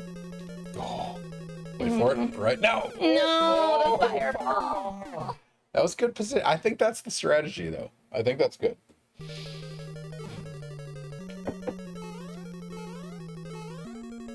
Oh, related to the last question, before Deanna leaves, can she recommend some useful U.S. Public Health Institute / think tanks? I like Johns Hopkins, Harvard Medical, NIH. Not sure about how they're faring at the moment. And so when somebody says like this institute or whatever said the following, which do you believe and which do you discount immediately? Yeah, one of my favorite. Well, so KFF, so Kaiser Family Foundation is what they used to be called, but that's what KFF stands for. But they go by KFF now. Commonwealth. KFF. Fireball. So KFF, that's one of the good ones. Yes. Okay. And Commonwealth Institute, I believe it is what it's called. I'm also a huge fan of Brookings Institute. And Health Institute. Urban. So these are Common Health is Commonwealth. Commonwealth. There we go. Wealth. Nope, a different hole this time. Yeah, right there. No, wait, that's funeral. Oh, this is Google's AI at work. Institute. Is there a wiki article on them? Oh, we'll use that one. So commonwealthinstitute.org. All right. Brookings Institute. Brookings. This is only good for people in chat, but also anyone on YouTube. You guys can look up these links as we go. Oh, that sucked. Brookings Institute. So that's like a very formal think tank. So any study coming out of these groups or supported by these groups is probably legit. Very legit. I mean, they have all of these public forums, Brookings especially, has all of these public forums where they like get literally like... No! So close! Rage! Rage! Oh no!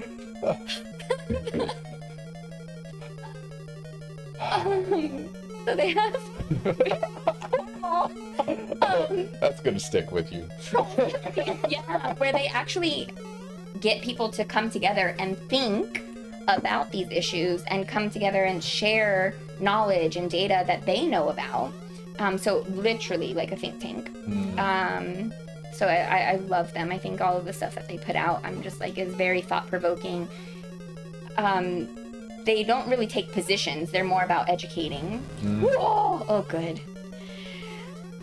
Oh God, okay. No!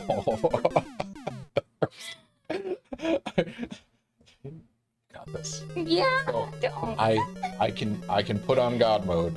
Let's put God mode on. All right, Just, for I just think for it's this less level? entertaining. Yeah, just for this level. All right, we got God mode. All right. Now you're gonna walk through Bowser I've like tried you have so Star hard. Power. I think I deserve God mode. I think you do, but legit try it. I'm trying. This is the one. This right here is the one. So we're an hour and a half in. Better or worse than you expected? I'm still having a very hard time talking and playing. It's behind you though. This is the most supportive I've seen, chat. So good for you for reaching out to people you know. My friends are the best. Oh man. And my students. Did I do it? I think you did it legit. You didn't kill him, so I think you got it. I think that was a legit. All right, you did it. Holy cow. GG's. Maybe I just needed the confidence. Of God. If God be with us, who could be against us? That was amazing.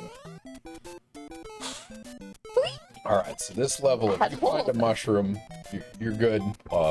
Aside from the mushrooms. Okay. Oh, man. I should have ran faster. No worries. Okay. Man. I'm excited for you to watch the speed run after you've done this, because I want to see the 4 minutes. Oh man, I love watching speed runs after I play games. Not before, because it feels bad before. But you do speed runs. I do some speed runs, but it's always like I'll play a new game with daughters or something, and all of a sudden you watch the speed run and they've clipped through walls that you didn't know existed, kind of thing. So. Oi. No. So at the very least, there's a star power coming up. Right there, second block. Or third block? Third block. There we go. Alright. Don't die. Big hole. No! Big hole. It's fine. The star will be there again. You're on the last world. You made it so far. This is 8. All right, I'm going to ask you a question while you struggle with this level. Secret Asian wants to know, Secret Asian. I don't know if I should feel okay with using that name, but Secret Asian, what statistic keeps you up at night? I went right into the turtle. It happens. What statistic? Give me a minute. I need to hit pause. Give me a minute. Well, so if I can... The most uneducated Black woman is 4 or 5 times more likely to die after childbirth or during childbirth than the most uneducated white woman. Oof. Wow. So correcting for all other variables, education parameters exclusive. Exactly. Man. So how and why does that exist in our society? So that's a regional quality of care thing? Or what mostly dictates throughout that? the United States. Wow. So it's a national measure. Oof. And that keeps me up at night. That's heavy. Is causality known behind that? Yeah. For reasons that Florida can't talk about, yes. Wow. Is there any hint you can offer in that in an online stream? Just for my curiosity alone. Yeah. So structural determinants. My our best guess is like Mississippi does worse than say Minnesota in most of these outcomes. Is that a driver? Well, it also drives that because Minnesota has less of a Black population. Yeah, that's what I'm saying. Right? Like it's. But I'm gonna do this at a lot of disservice. Playing Mario. Yes. So this is the balance we have to strike on our stream, because we talk about very heavy topics, but also do it while playing video games and just hanging out. Yeah. Like we've had a guest, Marty Swanbrow Becker is an expert in like teen suicide, and we're talking about that during a stream. So take the comments and we just go with it the best we can. So sorry, going back to the question. Yeah, so a lot of it is structural, right? So how is our society set up, and what are people's personal I knew it, I felt it. Take your time. Take your time. I know I needed to hit me. Yep. But a lot of like personal beliefs, systems, and how people perceive their safety in society. Yes.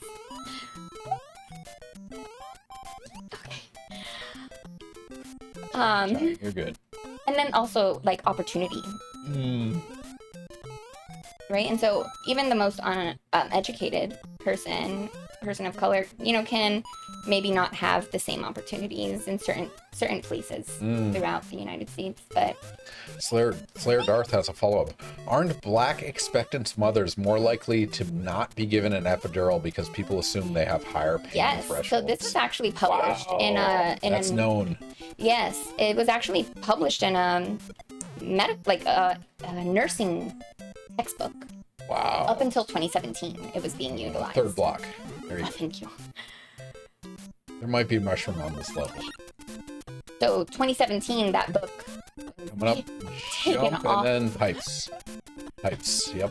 Take your time. Take your time. Take. Sorry to laugh at that. I'm a star, I'm a god. No! I'm not. Absolutely not. Down the drink. Oh. Alright, sorry to get back to the topic. Yeah. This is a known research study. No, totally known. Epidermal This rates. is an issue. Not only epidermal, but also to be treated, taken seriously in the hospital when they say that they're experiencing a level of pain.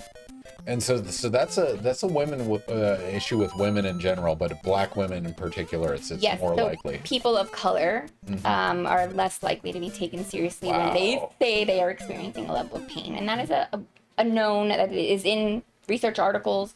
Wow. You know, there's other articles, and this is a topic that we're not allowed to really go into in the education system in the state of Florida anymore, but you know, Take your time. Take your time. Take your time. Just some pipes. A few guys after the pipes. Oh, wow. That was harsh. That hitbox was unfair. it did. It hurt me. But, honestly, I don't know where I'm at in my conversation. That was distracting. I apologize. Oh, I almost fell right in that one. I've lost track too. Okay, so essentially we know that women are not taken seriously, but also women of color especially are not taken as seriously when they talk about pain. And then also doctors self-report this stuff as well. So it's not just their perception, but doctors also have self-reported how much information they give to they give patients different amounts of information about their condition or what they're experiencing, depending on their race. I mean, and so the brutal reality of that, like going back to our original conversation, is that data set is now training AI to say, does a black woman need epidural? And the answer is no. Historically, they don't. Right. And it's because that's what the decision was, and it was already biased from the start. And Right, to not give them. Sorry, the volume was low. To not give them an Slayer epidural. So when Darth. they're looking at patient case studies, they're going to see that. Oh, so Slayer Darth brings up, I'm generally going to believe someone's lived experience, but that's hard too, because like that is the same lived experience that says vaccines are bad because my kid got a vaccine and I got autism. So like you have to balance single case studies versus big data sets. So single case studies and biased research that was published and paid for by an institution and then proven, right? And then there was a retraction of all of those that research, but no one cares about the retraction. They just care about the news headline that it got, but they don't care that autism vaccine study was published by and paid for by the pharmaceutical industry and then also retracted. And I think he got his PhD revoked, if I And I remember believe correctly. so. Yeah, the lead author on that, because all the co-authors retracted. Yes. So, you know, but it's that follow through that no one's going to care about that Do correction. you want God mode? I kind of feel like I need it. No, Give me two more and then we'll hit God. It's up to you. I'm not gonna. I don't want. But also, we should do a prediction because we've only got. Yeah. Actually, let's do it. Conversations live. Am I making it happen this time? You got this. All right, pipes. No bad guys. Another pipe. I know. I'm skipping the bad guys now. No. right, which one do you want to do? You can press pause. Our time doesn't matter. You know, I think this one's just interesting, and then maybe we can go into this Ooh, one. related to the stream. Die. This is a fun one. Oh, he came up out of the tunnel. It happens. All right, ladies and gentlemen, we're going to ask you guys another question. If you're not following, click the follow button. I promise we'll catch up with questions as we go, but we're going to ask you guys a question. So yeah, click the follow button, get your standard internet units. We are going to ask you this question right now. You have 2 minutes to answer. Are video games bad for your health? Mostly yes or not really. So there's a little bit of blurriness behind the answer, but that's because there's a little bit of blurriness behind the answer in general. So, well, the question is, are video games bad for your health? Mostly yes or not really. Click the predict button at the top of your screen, and with that predict button, make a decision based on what you've seen from the stream. Don't look up the answer, just make a guess based on what you know. Yeah, particularly since we're talking about video games and public health tonight, this is an appropriate question. I should warn you. So this is the one of the levels. So you have to play 1-1, 1-2, 4-1, 4-2, 8-1, 8-2, 8-3, 8-4. Oh my god. So this one I've played so many times. So I do know this level. I can give you the heads up if you want to know when that pipe is coming. Yes, I do. Okay, Please. I will do my best. It's so exciting to get the star. As I watch chat. All right, 1 minute. Are video games bad for your health? Mostly yes, not really. Put your predictions in there now. Gamble according to your confidence. What's kind of fun about this, I don't know if you're interested in testing, but the way this prediction goes is they don't just say yes or no. They bet points based on how confident they are. So they can say, like, I put 1,000 behind this. So it's like a gambling type scenario.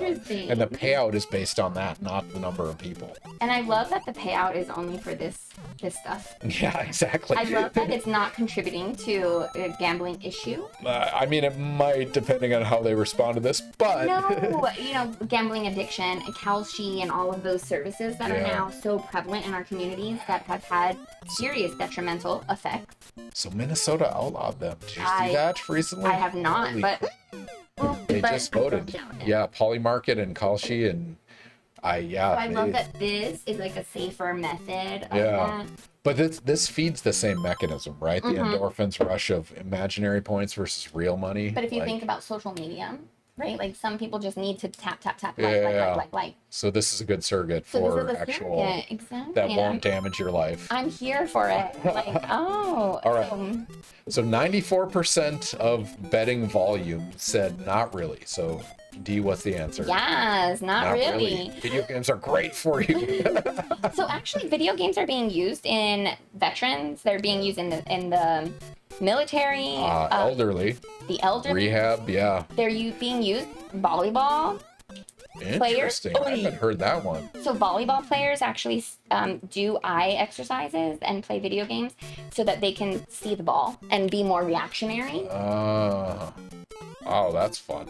And, you know, being able to track multiple things. So what we know is that...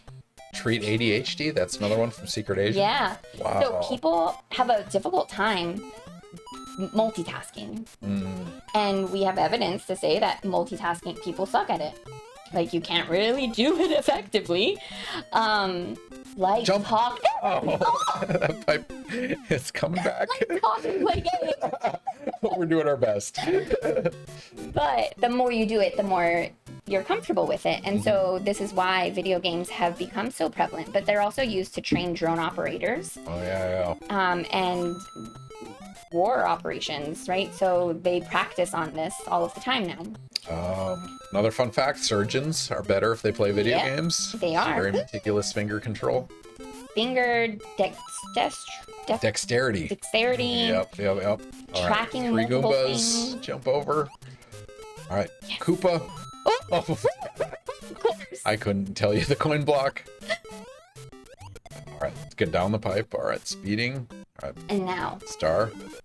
Okay, but now pipe. So you're going to go over. There's going to be a big gap. Big gap up here after this. And then pipes. Okay, then slow down. Next pipe. Then it's just guys. Star's going to run out. Jump. Another guy. And I'm done, baby. Stairs. Done. Oh no, it Stairs. wasn't. Let him jump off. It's fine. He'll walk off. Get out of here. All right, little platform. Get over next. All right, I jump over thought this. We reached the halfway point. No, there is no halfway point on 8 worlds. So this is it. You got to grind these. I thought those stairs were the final stairs. Yeah. Okay, in if I don't get a this free time- 8 level. If I don't get it this time, just go God mode. All right, let's do it. No, wait, one more. One more, That was, this is that was legit. accident. That was an accident. I mean, but when you play God mode, you play legit. So we got this. Okay. Here we go. Bad. I've probably played this level 1,000 times. Like I feel like I to get have. good. I've already. Nice. Yep. I've already Someone hit. in chat can track this. YouTube viewers, put it in comments. Feel like Oh, I've man. hit 1,000. I love when we play like arcade games, like legit, because I have an emulator for arcades and I have the joystick and stuff. But you can do the math for the number of quarters No, it would cost you to. It's coming back. Nope, it won't Okay, thank backwards. God. Yep, only forwards. But you can do the math for how much money it would cost you to beat those games. Oh, go over. That's fun. It's wild. Bye.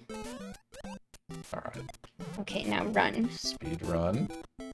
All right. Okay, Star. Come Third on, one. baby. There Come we go. on. There we go. All right. Now let's speed across this. Then big gap. Then slow down. Pipe. Next pipe. Kill that. All right. Now it's guys. Now jumps. Another guy. Another one. Stairs. Shell Koopa. Let him walk off. A shell what? The like the black shell. Oop. Oh no, they're giving me times running Next out. one. Okay, that one. Get over. All right, this one's gonna have a 1. Yep. Run, Oh, jump. we should Go be. jump. Oh. That's the farthest you've gotten though. We should be very impressed that I didn't fall off of the one. The one. No, that was that is the hardest jump. That one. Man, my speed running in this started because me and a friend, colleague, Eugene DePrince in the chemistry department, like had a video game night where we failed on this level so many times. Really? Yes, and so That we. sounds fun. And then I left the game with him, and he's like, "Oh, I beat the game in like whatever time." And then it started speed running strategies. And then Yeah, no, the battle began. All right, so God mode. I think so. I'm No done. worries, you can still play it legit Yeah. while being God. All right, Slayer Darth. This is going to sound stupid, but if ancient cultures as far back as 4000 BC were using asbestos in like jars, etc., how did it take so long for us to realize the dangers of the material? My suspicion is that, say, from 1800 onwards, the global utilization of asbestos became much more aligned with our rapid industrialization Yes. of the West, and so we became much more exposed to it, and thus it was only a matter of time before we realized the risk. And so, talking from a chemistry perspective, and you can correct me if I'm wrong, okay. but like there's a lot of like MSDS reporting on like chemicals and toxicity, and most of those studies are done on people that like work with the materials, right? And like the manufacturing is how we learn about, hey, maybe like licking radium Is not good for paintbrushes us. is not good. That's where that The is, cable like- girl. Yeah, exactly. So, yeah, sorry, going back to the question, is it just like the sheer data set that we have to deal with? I agree with it that the industrialization of society using asbestos in all of the things, we started having more exposure. So before that, less people were not as exposed. So when we have a rise in deaths, then that has a cause for concern All for right, society. this is the one gap.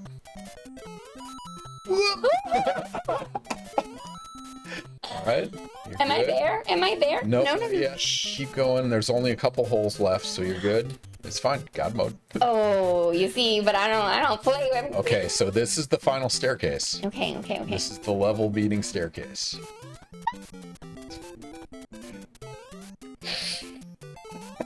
Oh my god. That's it. Now it's for pride. Oh. Ooh. Ooh. I did need God mode though, but I used it once. it's I think. fine. We don't care. We don't care. It counts. Dude. That level is worth it. That's a very hard level. But I do think it has a lot to do with the industrialization of our society and the way. Oh, thank God for God. Yep, it's still on. Because people started becoming more. Oh, I don't think this is fair. You want me to turn it off for this try? Because you can do a few legit tries on this one. It's up to you. Oh, Yeah, see, oh my one God. up. Who cares? Oh, one up? Oh, okay. Yeah, I thought that was a big thing. So these later levels, they start to not give you mushrooms. You see, I'm still chasing it. I don't know why. It's like inherent. No, this is terrible. I think there's a star in one of those, but it doesn't matter. Yeah. Social media bans for under 16s. Okay. Ooh. Football. That's another conversation. Let's do it. Social media ban. I'm gonna run to the bathroom while you do this rant. That. I'm gonna rant. I want to know. Also, if Kennedy is still here, she would totally understand my rant. I don't know if any of my former students are here, but age verification software has a lot to do with whether these things are good, bad, ugly for society. What are we giving up in order to have age verification? What are we as a society giving up? Some level of privacy, some level of security on the way in which we utilize the internet in general, but also who's controlling these programs that verify ages, right? So, if it is, ID me with the federal government in the United States, how, if they are data brokers are hacked all of the time. So what are all of these hacks? What are the effects of all of these hacks on our lifetime health? Okay. I just walked off. But what is the effect of that on our lifetime, over the lifetime, over our lifespan? That we now have this added level of stress, this added level of burden of our identity being stolen, utilized. Because now we're just uploading all of our documentation into a website and hoping that they don't get hacked, right? We know that most of these websites are always being hacked because they have valuable data that people want. Okay, that was terrible. That was terrible too. That was also terrible. I would have died by now. Check your pride at the door or be in this game. Nope, I would have. All right, so gap. So slow down. You have a one pedestal and that big jump. And that one, and you got to get speed on this. You had the right idea. Just a little delay. Like 3 frames would have got you over that. The other time I walked right off. I just walked off. It's a balance. But you're on world 8-2 or board 8-2. So you have 8-2, 8-3, 8-4, and the game is done. We're so close.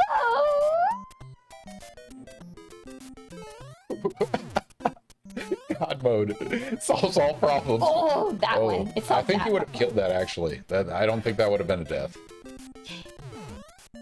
Oh man, I don't ever want to give my personal info to something like that. Not at all. Related to that point, so all these like genetic testing, me and 23, how do you feel about those guys and public information and how do I feel about them personally? See, I just walked. Or just like so my paranoia that's probably quite founded is that health insurance companies get this information, and if I have a predisposition for cancer, it's a pre-existing condition. Yes. So I believe that's going to be how our health system is eventually run. So I believe that like AI is going to be used to be like setting all of our premiums, setting what access and affordability measures we're going to be having or exposed to in the future. Because we don't have these regulations on what AI can and cannot be used for, or we now have community ratings, right? So that's what we use in the Affordable Care Act. We use, I love God mode. So here comes the gap.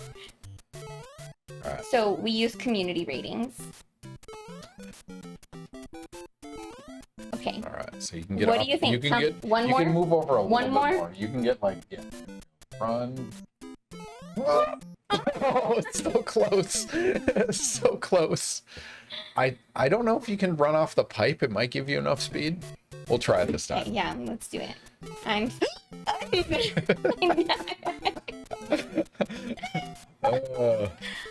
I like it.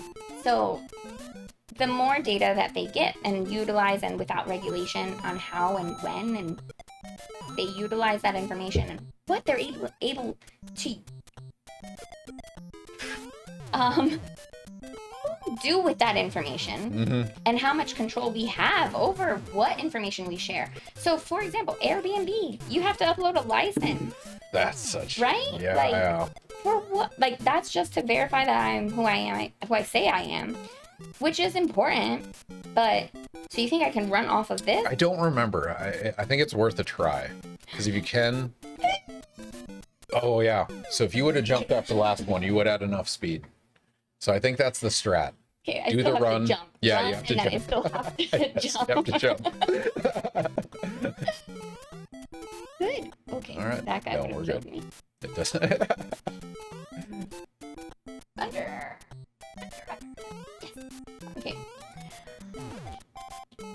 You might have killed that one too on the way. No, down. I think so. Not that one. That one. So here, No. fun fact about this game, any speedrunners that are interested. So this game has weird hit detection. So when you press the jump button, you go up, right? And then you fall down and you assume you kill guys as you go down. The way it detects if you kill someone is if you're not holding the jump button, it kills them. So even if you're going up and you let go of the jump button, you can still kill people. So fun fact. You got this. We're 8-2. I have very low confidence interval in my ability to do this level. No worries.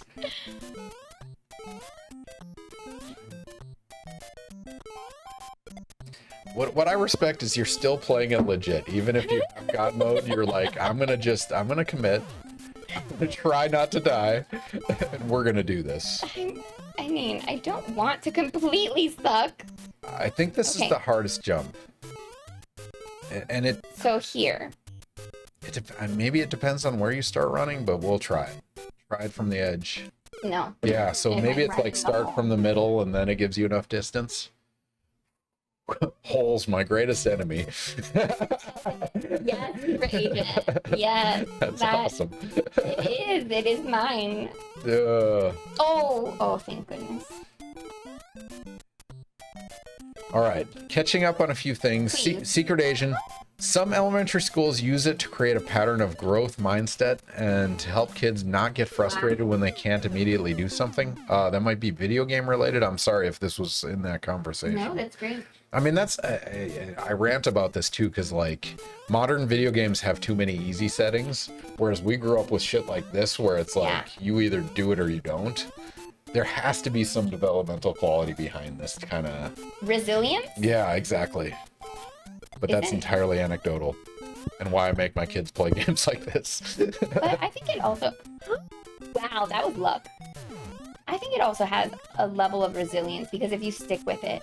For example, my brothers would not let me stick with it. They got sick of watching you. Fail. Oh, man. Which is why I'm not addicted to video games at this point, right? That's fair. Try from the middle. Jump. We got it. All right. So take your time. You got we're taking our... Because I also don't know what this is. Yeah. I haven't seen this yet.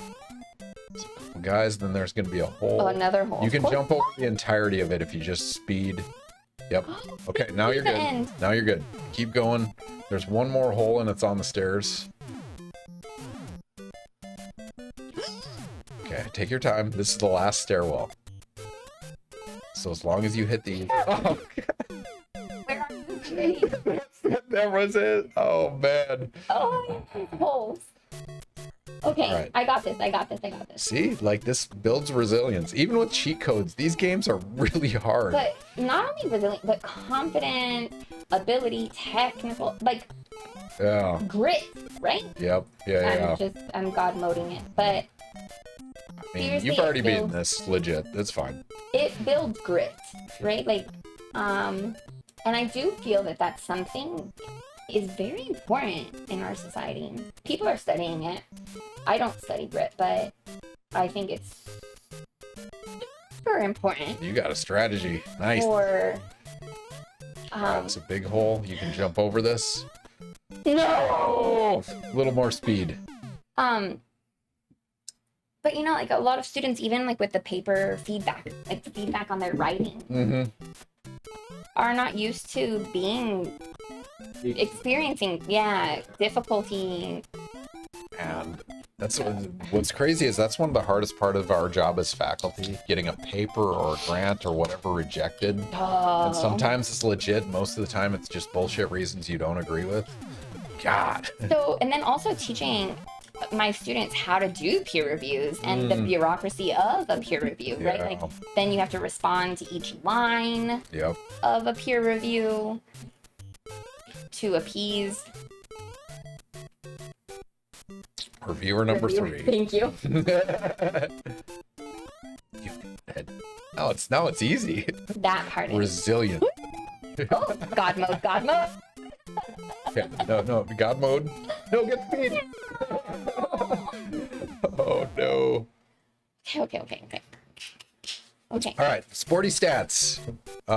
Who is someone I know, a former actual guest on the stream, which is awesome. I love it. You talked about your effort to make FSU a tobacco-free campus. Is there any work to increase this to vaping and e-cigarettes? So vaping and e-cigarettes is actually included in the policy. I have ranted against this. Like, we beat cigarettes in the 90s for the most part, and then now it's back with vaping. You know, it's so funny. We did not.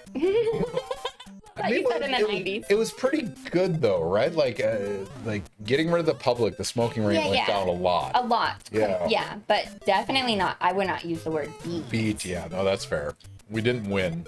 We just kind of mitigated. Subdued, yeah, but just like I was saying, 2003, we had vending machines. You didn't even have to show your ID.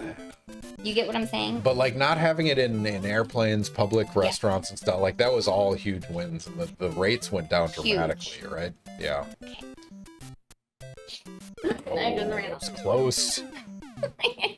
Well, so the man. So speaking about the distance from buildings, I heard this story. I don't know if it was at FSU, but people figured out there was like a place in the quad where like 10 people could stand and near smoke. the Union. Yeah, near Bellamy. That was the spot. It was actually near Bellamy. They like tape measured out. Here's where the smokers go. Enjoy your pen.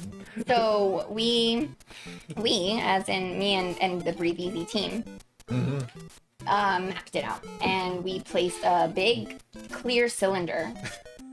Cigarette butts. Yeah. So we collected all of the cigarette butts from that area and put them on display in a clear cylinder. That's fun. To demonstrate the actual like harmful cigarette butts that are being soaked into our environmental soils and everything, because it's not just these are the number of cigarettes that have been smoked here, because it doesn't mean that, but yes, some association to that, because some people threw them away in trash cans and into the cigarette butt disposal system. Back up. You need to talk sooner. Well, I will next time. Okay. I mean, but that's one of those, like, this free market libertarian, like, it doesn't harm me, I should do whatever the hell I want because it's me and my body. So but this is where we talk about disingenuous to the problem. So, you know, one of your questions is that I've heard you ask other folk, it's like, you know, what is one of the biggest problems, I think, or something that you would want to solve? But what's really hard in the American health system, period, is market justice versus social justice, right? And so we're based on a system of capitalism, which is nothing right in that hole. You're talking about capitalism, I get it. So nothing, I don't want to say like inherently wrong. Like capitalism is not the problem per se, but I'll say it. Sometimes it is. Sometimes it is, right? Like we have incentives, but are the incentives the problem? And it can be. Oh, something happened. You got one up. Oh, good for Free me. life. Oh, I thought I fell. But, oh God. Okay, I cannot breathe and do this. Where are we? What question we're answering? Sorry, my bad. No. Something about capitalism, solving problems, public, individual freedoms versus public impact So, kind of discussion. I think a lot of people also, for smoking especially, don't understand that they themselves have power to speak up, right? Or they felt that they couldn't because the system, the society in which we lived, right, was saying that smoking is okay in all of these areas. Have their back in that conversation. Right. Yeah. So they're like, okay, well, how can I speak up against it?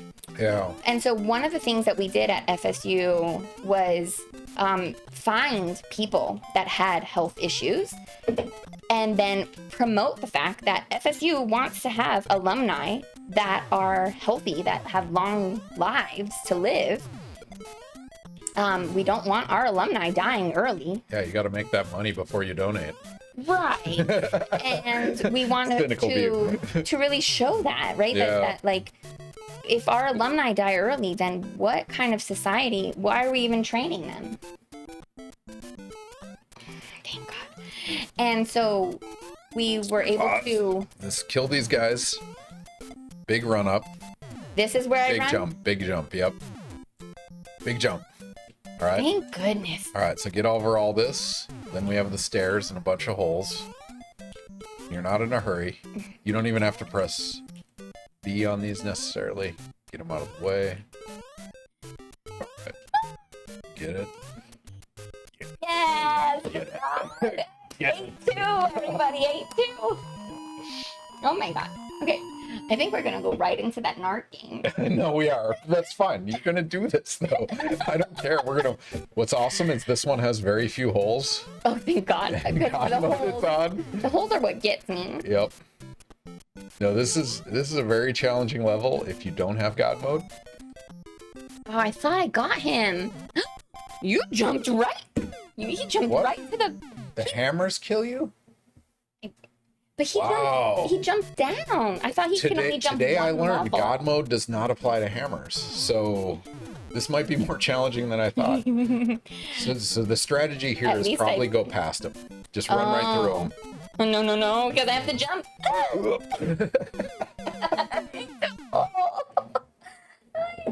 All right. Related to the last question. Yeah. Sorry, I got to follow up on a diatribe about vaping. And so we've done the research on tobacco and it's nicotine based and all the lung cancer based implications of that. The thing about vaping that people don't appreciate is the impact of flavorants on vaping. So you're burning up these molecules that give you a certain flavor, and the implications of making this decomposed flavorant molecule on lung cancer, on all these other things, is not well understood yet. And so watermelon does a different thing than, say, cherry does. Just walk into him. Like, fuck that guy in particular. But yeah, that's interesting. I did not know about that. Yeah, that's a big thing that's being discussed right now, because we know what nicotine does when you heat it up, and and vaporizing is different than burning. Vaporizing is better. All right, slow. This is the final staircase. I will just say that I did not use God mode throughout that. No, you didn't. And here's the final staircase. If you get this, you legit beat 8-3. Listen, should we pull? I'm gonna survive. Yes. Just do it. No. We don't have time. No, commit it. You're. You got this. It's done. I'm You're gonna be here. Yeah, don't be a hero. Don't be a hero. Yeah, don't be a hero. So this is the last level. This is the last level. This is it. Game over, man. I feel like a champion. Not yet, but it's a confidence build.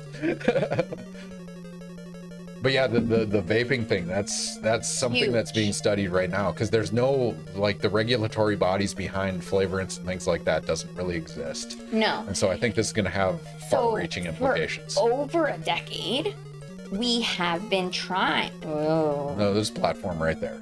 See that orange thing? Let's get on that bad boy. we had a lot of local. That pipe. Oh, sorry. Oh. Okay, keep going. Keep Oh, going. I missed it. It'll go that pipe right after the jump. Sorry, I didn't coach you through this because this one's another maze. Oh, it's a maze. Yep. So here's the platform again. Ooh. You're good. No. Oh, not enough speed. Sorry. Anyway. So over a decade ago, we had a lot of momentum on controlling tobacco flavoring, right? And we had a lot of local policy. Okay, so there's a policy called preemption, which is really important to know about when you think about anything about policy. This one? No, keep going. You're gonna jump over the. That was legit kill. This guy. More. So you see the platform. Get on that guy. Jump to the right. This one? Through this pipe. Yep. Okay, now you're gonna go to the right. Jump over this. God mode. Ooh! There's gonna be a hole after this one. Jump over the hole. Okay, Please don't let's stop fall right into there. the hole. Stop there. So just kill those guys. Ooh! That thing, you're gonna go up. That would have killed me. Get inside of that. Without God mode. All right. We're gonna to the right. This one's really stupid. So stop after this pipe. So go a little further. Go a little further. You have to go further. Right there. Go back. Go into that pipe. That's stupid. No, there's a way you can go forward and get the right, but this is quicker. So, fish mode. You're fine. Fish mode? You're in water. Legit gameplay. Yeah. Well, you know, I am an honest person. I know, I respect that. But what we're gonna do is we're gonna beat this right now. This try. All right, in the pipe. Okay. All right, you got one more jump and then a hammer bro. There's gonna be a pit after the hammer bro. Okay. Get speed. It's over. What? Oh, the hammer killed you. That was the end. That was the end. The hammer. Oh my. Shut up. Oh no. All right. No, you got it though. You know how to do this. Maybe. We. Oh my god. All right. While you're doing this last level, and I'll try to coach you through it. Platform up here. Unlimited budget, no moral qualms. What would you do? This could be a study, or this, in your case, we could do an intervention that you would love to see implemented and the impacts. I think this one, That. this one, Nope, this one. sorry, we went past it. Keep going. It's that first pipe after This the one? pit. Nope, Okay, keep going. so keep kill going. this guy and then pit. So this platform. This pipe. Yep, that pipe right there. So two things. Mhm. One, there's a study called RAND study. And the RAND study was no. Okay, so there's going to be another pipe and then a hole. So this pipe, This jump down? over the hole. No, go to the jump hole. over the hole. Stop here. There's going to be an invisible block. That guy you hit, legit. That one too. All right, there, and then up. The RAND health study is why we still have the copays that we have today Copays. for our health insurance. Okay, so go past back and through the pipe. Ooh. No, that's fine. You're good.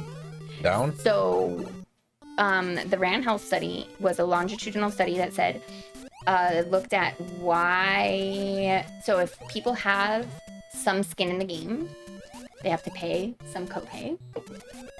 Will they have better health and health outcomes, or Oh, interesting. will they not? Right? If they don't have any copays. Yeah. So if they have free healthcare, will they have better outcomes? Okay, so If they have a high copay, So hammer bro, watch out for the hammers. They can kill you apparently, and even in God mode. So walk into them. Don't jump. Don't jump.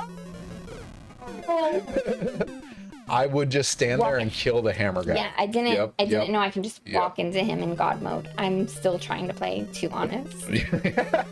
No, we're beyond on it. I need to become corrupt. I will become Exactly. corrupt. Sorry, copay study. Yes. Okay, so I would try to redo that. I think I would redo that to determine if That pipe. Boop. Keep going. Oh, I thought You'll this go was again. the one. I thought that was the second one. First after the pit. Okay.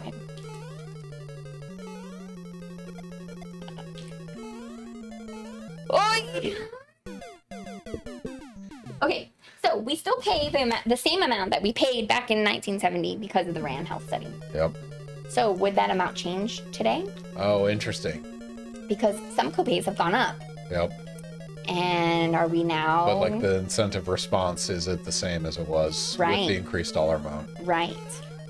So how is that affecting our health? I mean, so that's a very academic study. The other extreme is just going to like, oh, this one. Yep, that one. Maybe you can get in it. Nice, nice. I mean, so the other extreme is just go universal healthcare. That would be the extreme. But I think what I would want to study, no morals, no unlimited budget. Walk there, yep. I know that I have God mode. I know. Fine. I respect that. So, I really do. If I had that, I would want to study, even though we have comparative. Okay, now so you need to go past it, go like here, and then stop, and then jump back in. Yep. And you can go further, and there's another pipe, but this is quicker. So speed strat. Yeah, speed strat. All right, so we're gonna go water level.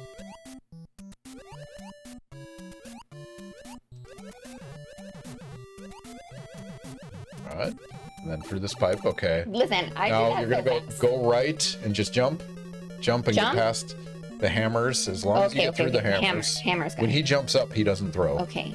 So wait for him to jump, and then go, and then walk right in. Right into him. We've gotten so close. We're so close. We got this. But I would want to study, even though we have like national comparative, like we can say like, oh, like this system worked in this other country.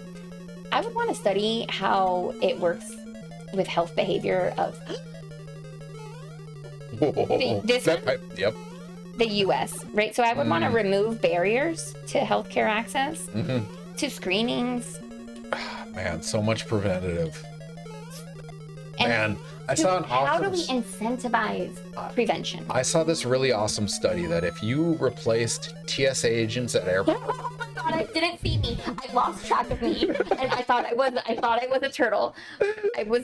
That was terrible. That was lack of... You're good. Keep going. Lack of video game experience. I saw this awesome analysis that suggested that if you replaced every airport TSA agent with not a security check, but instead a blood pressure and heart rate monitor, you would have better health outcomes on average. If people used it.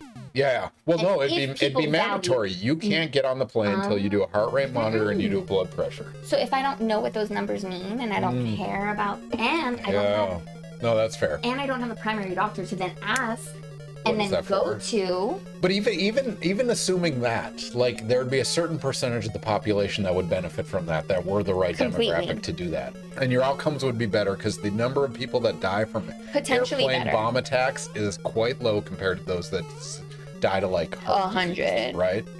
And so, as long as you know your numbers, that's half the battle, right? So knowing your numbers, getting screened early, and tracking those numbers with preventative mechanisms.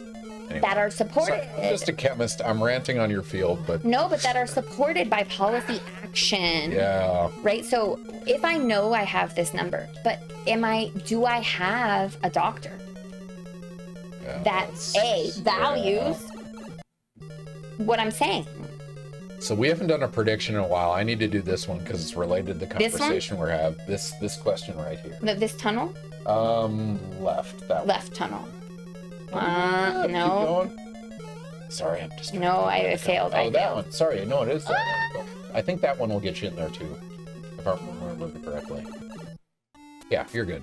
Yeah, go for it. So this prediction right here, large impact. Yeah. I think that's ran right into the fire, just looking at this.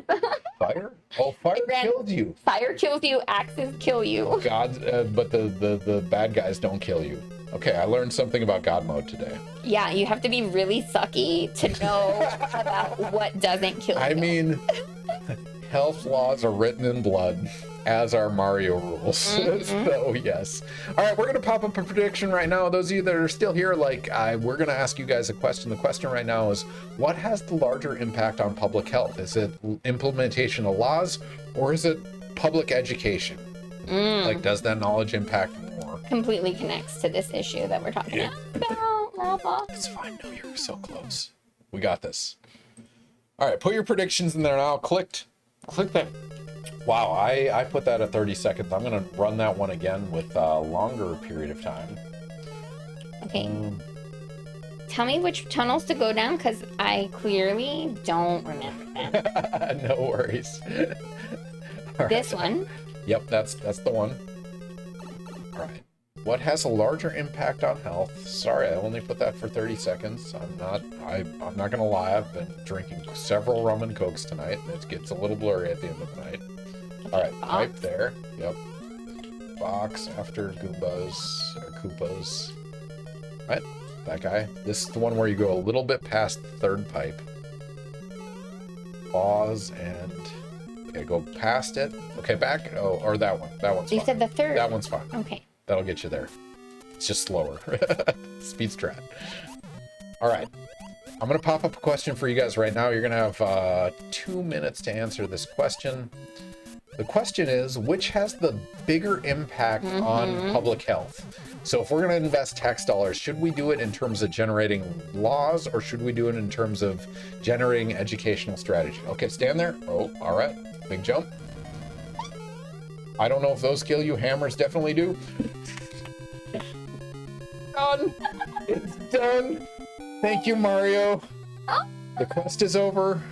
We present you with a new quest. Push button B to select. No, there's we're like a follow-up second level, but this is it. That was the last level of I got the Super Mario princess. Bros. That's all I You care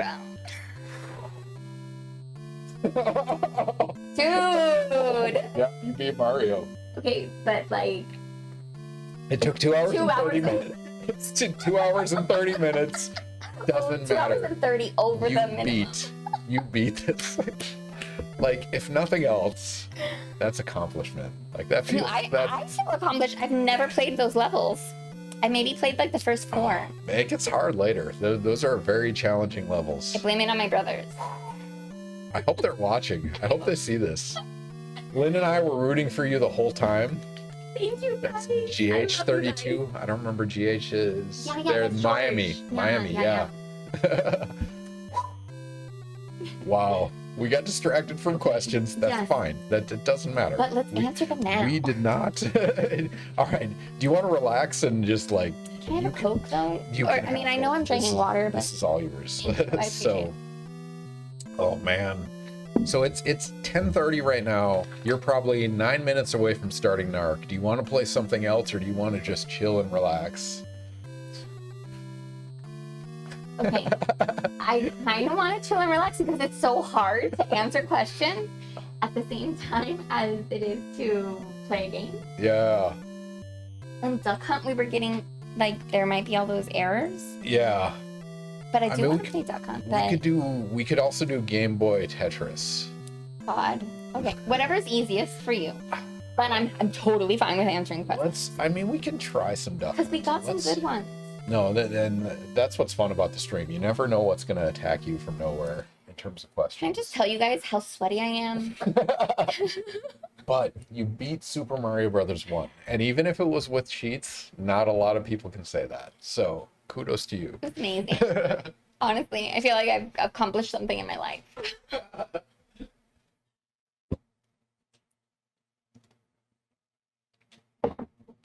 Oh, I'm really excited. Also, George and Lynn, I love you guys. Thank you for sticking on. See something funny and see So that's something funny. my box that tells the Bigfoot Oh, I was and, like, like, what does that mean? highlights. Thank you, Slayer Darth. Also, congrats. Sorry. Okay, I didn't read congrats above yet. Okay, I was so stressed out too. Thank you. Yes, Secret Agent. These were a gift from my office administrator in our program. So I love them. They were a gift. All right, so try pulling the trigger. Don't hit any other buttons. Pull the trigger, Yep. not hitting the. Oh, we're in Yep. the dog mode. We're playing Duck Hunt. So we're doing the other half of the NES cartridge that came with the system. We're doing a little bit of casual Duck Hunt.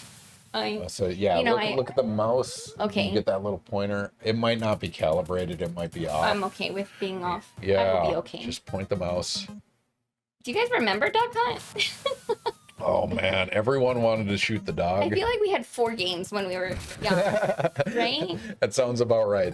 All right, I'm gonna ask you one other question Please. before we dive into the NARC world, because this is one of my favorites, and I've watched a whole lot of movies. In fact, on Letterboxd, I've rated 6,500 something movies.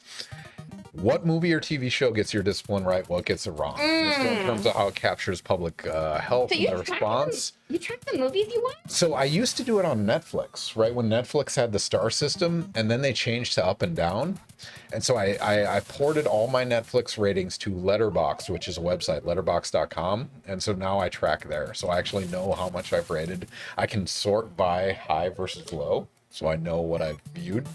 So anyway, I've seen a shitload of movies. Secret Agent, you are absolutely right. Letterboxd is the best. And what I like best about Letterboxd is anyone can write reviews and the audience votes on them, right? So it's not like Siskel and Ebert making their review like super polished. It's someone making a stupid ass joke that gets the most upvotes. That's what I love about Letterboxd. But anyway, interesting. So what movie or TV show gets your discipline right? What gets it wrong?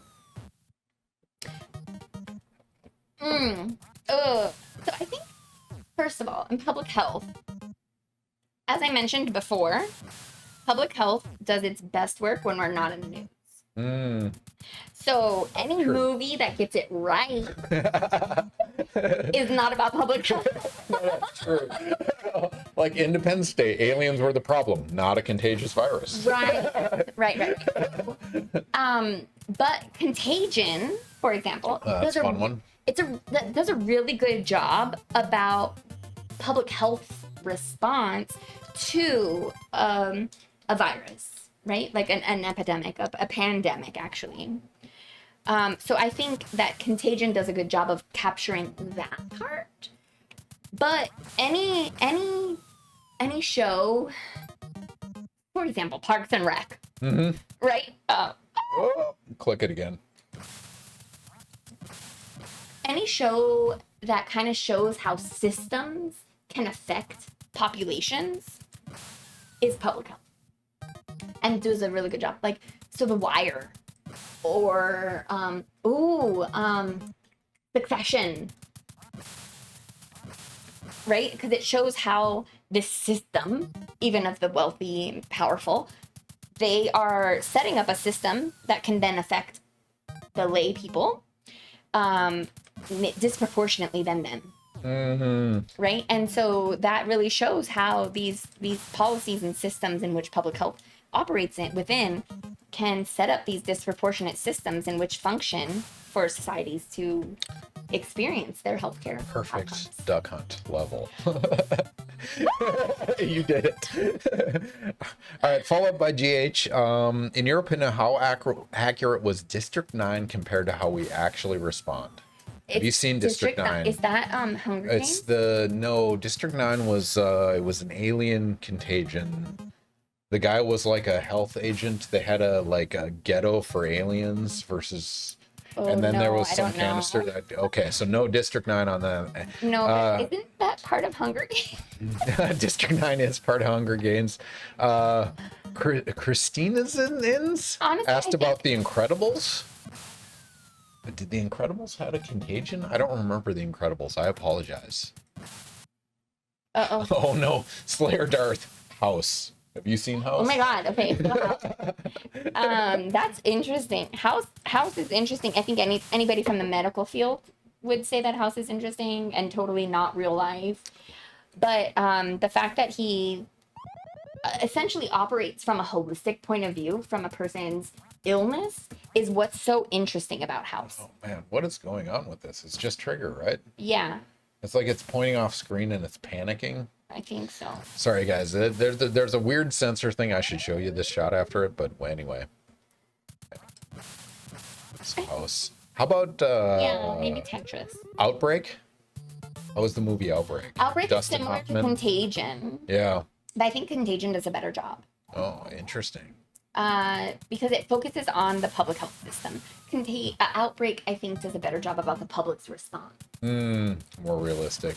Yeah. How do you so how do you feel about when you see a zombie movie? Because the classic, because that is propagation of disease through some mechanism. Some right? mechanism.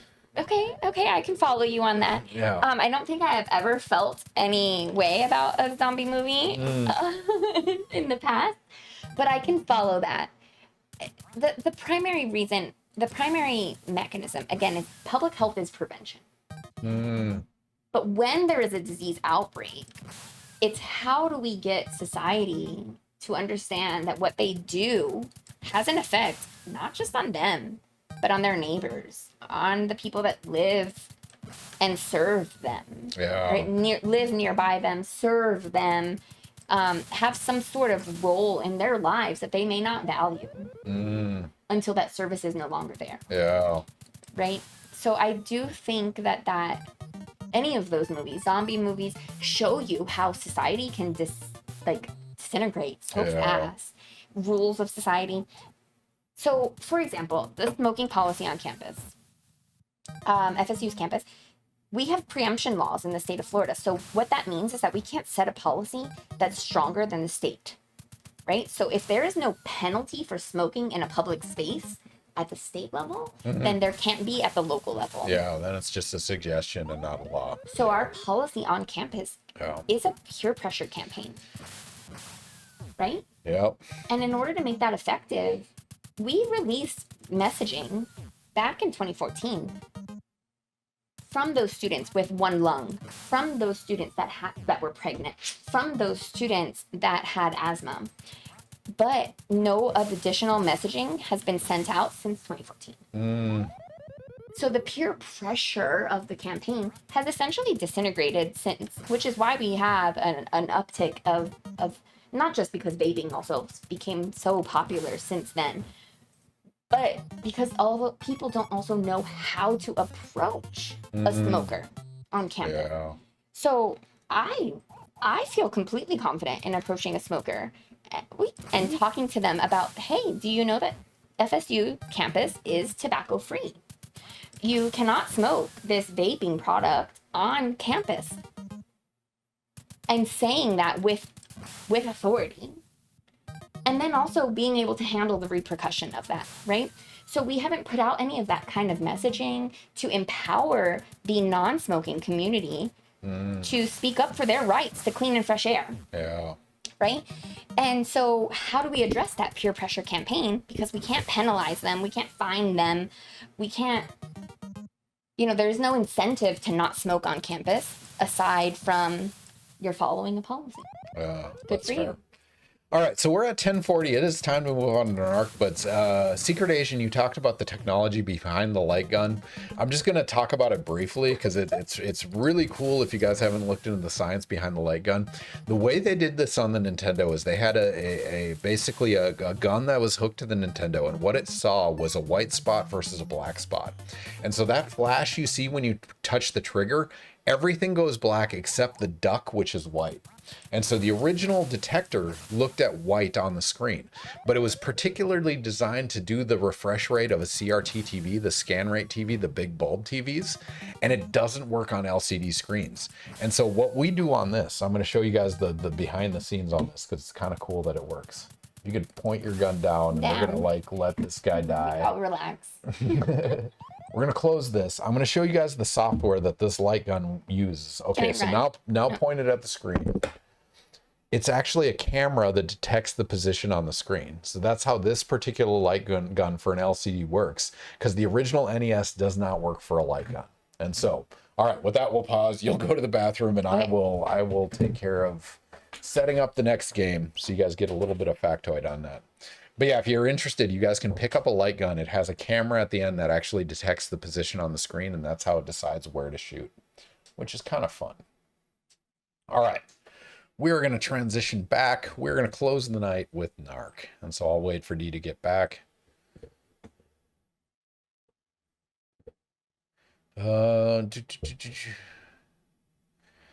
So GH, sorry if you're posting links right now, we don't allow URLs to be posted in the chat, and that's because there's all sorts of bots that try to spam things, and so we preempt it. If you message me privately, I can post those links, or if you like put a topic in there, I can search and post it. But I can't see if you put URLs, and that's just protecting so we don't get spammed with whatever garbage might happen. House. Sorry, we got on a diatribe there, but we're gonna catch up now.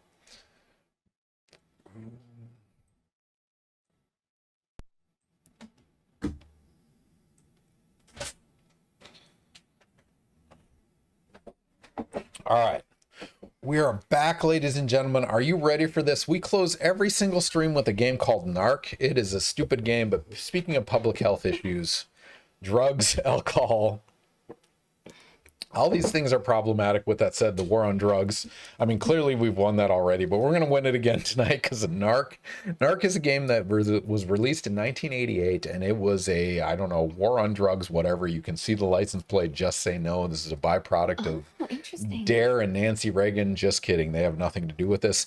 But I'm going to read you guys the lore because here's the original Nintendo cartridge.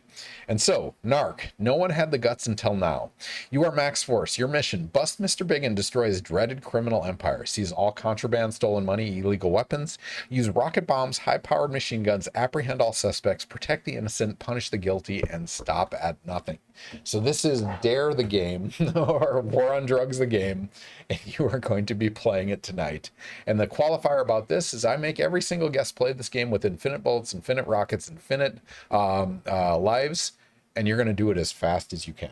So whenever you're ready, press start. Do you want to see the clock or not see the clock? What do I have to do with the clock? Nothing. You don't have to do anything. Do you want the stress of a clock on the screen? I don't want to see it. I'll put it over here behind the Coke bottle. So I will see it. Press start. Whenever you're ready, go. The game is walk right and find doors as quickly as possible, and we will ask you questions as this progresses. All right. As soon as you hit the ground, I will start the clock. Oi. All right. You are off to the races. So A button, if you hold it, is bullets. If you tap it, is rockets. B button is jump. Holding B button is squat. Tapping B button is jump. B button. And the thing you want to practice is jump rocket. So tapping B, tapping A. Tap B, tap A. There you go. Practice that. If you get good at that B, A. So B and then like half a note later, A. Wow, I really suck at that. I mean, that's why you're practicing. It's gonna be good. How do I squat again? B? Yep. Squat. Kill dog. So squat, push both buttons, hold both buttons. There you go. Dog. All right, through the door. You're good. All right, walk right.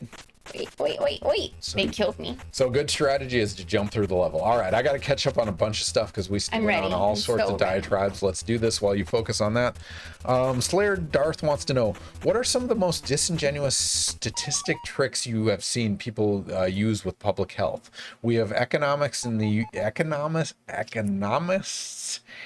UK called Tim Harford, who has a BBC radio show called More or Less, in which he debunks headline statistics touted by the media. During COVID-19, he used the Simpsons paradox to expose false reporting and senior citizen take-up of ICU beds. So the original question is, what are some of the most disingenuous statistical tricks you've seen people use in public health discussions? Whew. That is interesting. That is an awesome question. Thank you. So data can be manipulated to reflect anything that you want, honestly.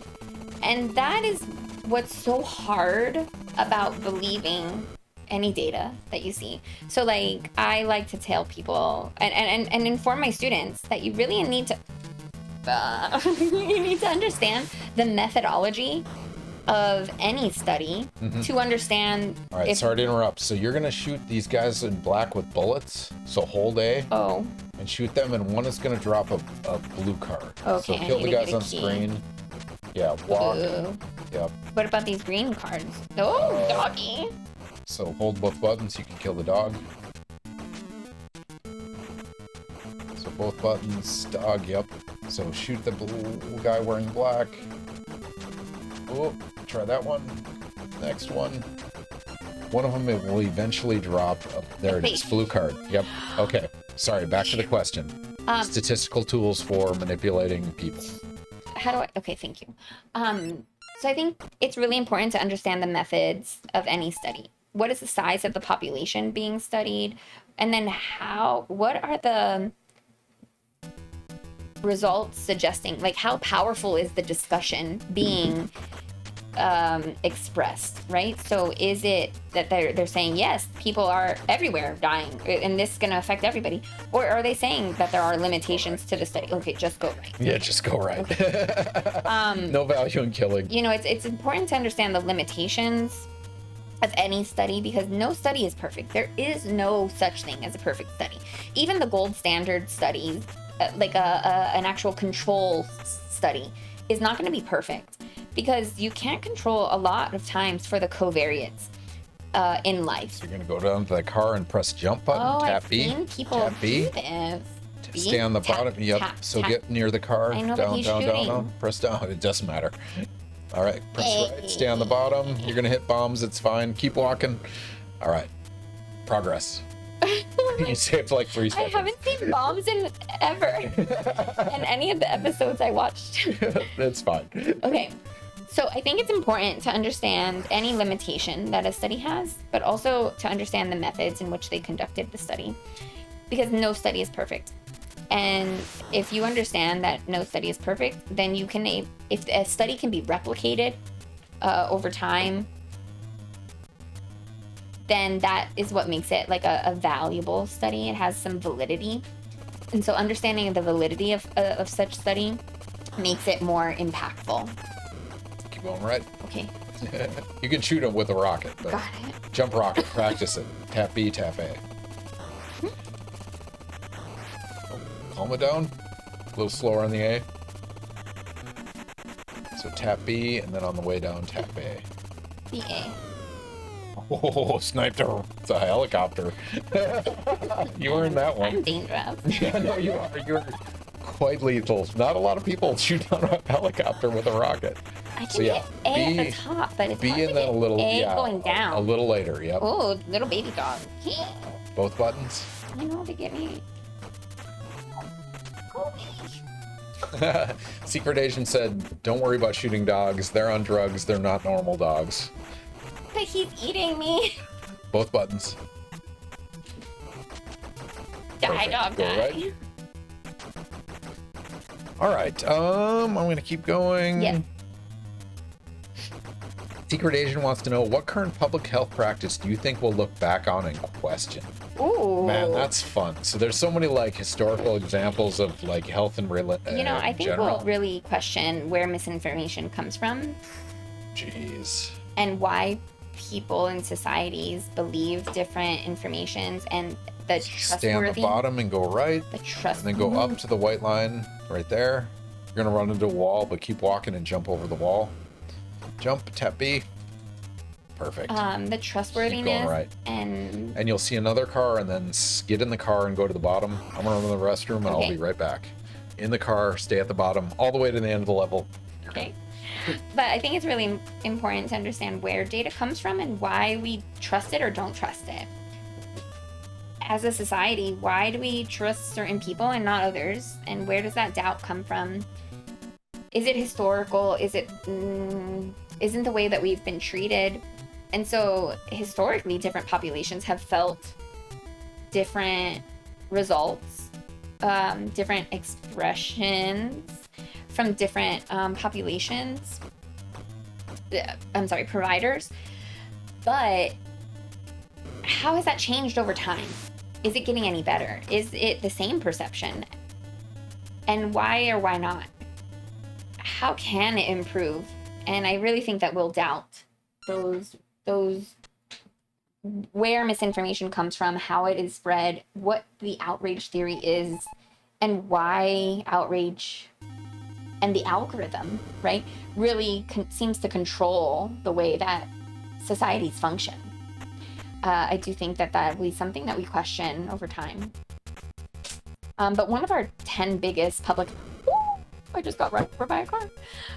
One of our biggest top 10 public health issues solutions that have happened in the last century, is wearing seatbelts. And they were not popular when we first started wearing seatbelts, but they have saved so many lives over time. And can we quantify that? Just grab that safe card, press up through the door, but not too much. Oh, you went back in, so go again. You'll go to the right, press up through the door. As soon as you go through, stay left. Man, but what about my personal freedom to not wear seatbelts? Personal left now. Yep. So Silver personal card freedom, there. it's your choice. That door right This there. one? So touch the safe card, go through the door. What, clown? So you can totally not wear a seatbelt, right? Mm-hmm. But if you do get into a car accident, it's more likely that your life will be saved by a seatbelt. Man, my diatribe on this topic is related to healing crystals and how their chemical value is near zero. I have no problem with individuals not wanting to use healing or wanting to use healing crystals and think that'll cure cancer. My problem is when they try to cure their kids that way, right? And that's This way? public health. Other way. Left. Yep. You're gonna shoot these guys with bullets, but at close range. So you're gonna hold not rockets. I forgot. Wait, let go of the button. Oh. And they have to be close to you for some reason. So shoot them with bullets. So that Rambo looking guy. So kill the white guy. And then I've got to pick up a card. there. So bullets. Yep, there it is. Green card. But absolutely, right? So people, your freedom can be to not wear that seatbelt. It's just the risk. So because we've implemented policy that says that you need to wear seatbelt or else you get a ticket and you get a fine, and that is try to incentivize you to wear a seatbelt, we've saved so many lives. For example, mine, right? So like I mentioned, I was in a car accident. My car blew a tire and flipped 60 yards into the opposite side of the highway. And the center console was outside of my car by the time that the car stopped flipping. Oof. And a tree came through the windshield, and that's the only reason why we stopped flipping. And if it wasn't for my seatbelt, I would absolutely be dead, right? And so I do, I give a lot of credit to my existence in this world, to my seatbelt. But it saves so many lives, and it tries to incentivize it. But you have personal freedom to accept the penalty, that fine. Yeah. That's your personal freedom. But the policies are there to incentivize you to try to make the right decision that society has determined is a better outcome for you. But free market libertarians will say that law shouldn't exist because I should have that freedom, right? And so you're calling them what? Free market? Libertarians, where they say you don't need laws to regulate human beings. You only need people that have an impact, and that impact has an economic cost. Okay. Because your healthcare costs will go up if you don't wear a seatbelt. Right. Well, your insurance premium will go up. Don't get me wrong. All this is dumb as hell, which is why I argue against it and bring it up. But it's interesting. You have a different vocabulary, which every discipline does. Yeah. Right? So we use more predominantly in public health, we use market justice versus social justice. Market justice. That's intriguing. Right? Yeah. Versus this libertarian versus conservative, yeah. I guess, right? That's interesting. So market justice is more about capitalism versus social justice is about population being accomplishing something. Yeah. No, that's intriguing. And so where you're using libertarian, I'm just thinking more about capitalism is capitalism. Yeah. It's like capitalism can solve problems. Right. And so we run into this issue with climate change and ozone hole, right? Absolutely. How does the free market solve those problems? And there is not a good answer. You need some laws or some regulation. So when we don't have so think about when there is no access to healthcare. Who is supposed to come in and save the world? Oh, am I supposed to go in that door? The door No, keep going. Oh, I was like, it opens. It opened for them, but not you. You're clearly not a criminal, so you're not allowed in. Oh man, Secret Asians has a follow-up. I hate that seatbelts can cause more injuries in women despite saving their lives. Yes, because seatbelt laws and the development of seatbelts were based on males, for the male population. Interesting. Okay. So this is why a lot So of you're gonna have to seatbelts kill the guys on screen. are now adjustable. So they have that So adjustable. hit that guy with a rocket. a So rock- tapping A. Yep. So I would go up a little bit. There you go. 1. So you're gonna hit him 2 more times. Oh, the same guy.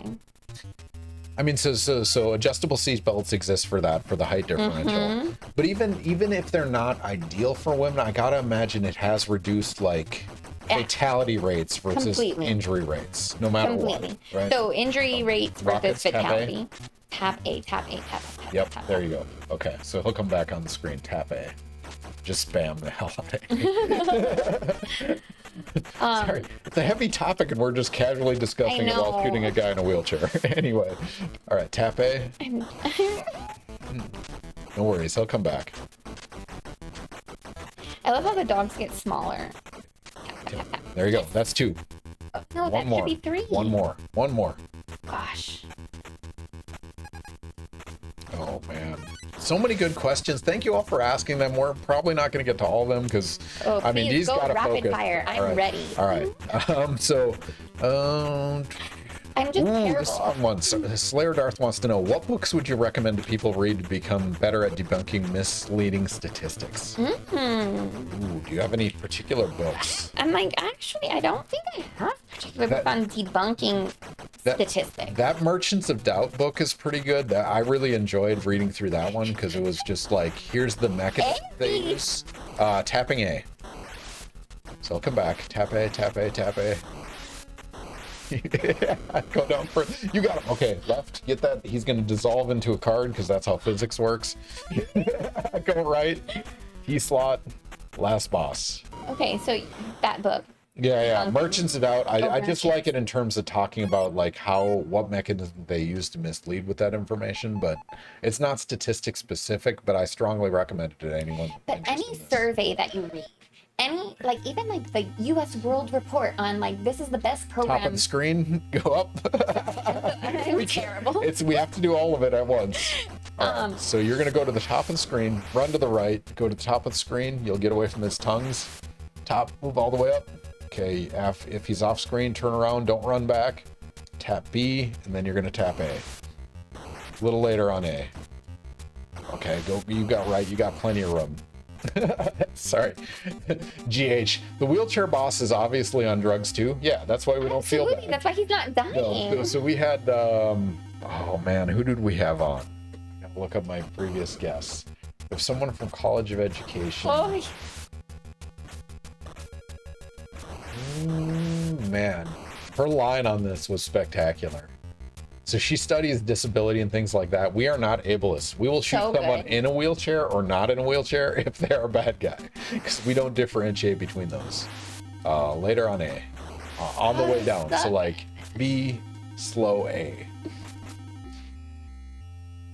Who was it? I think it was Jenny Root that said that. We are not ableist in this stream. We will shoot a guy in a wheelchair as long as they're bad guys. Tap B. Oh, that was very that was close. A little later. Rocket. All right. What's the next question? District 9.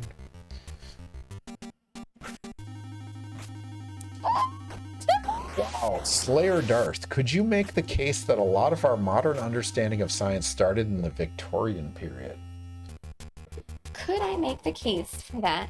I mean, that's like, the Renaissance led to modern knowledge. I think that's a general argument that we could make. I think so. But that's it. Wow.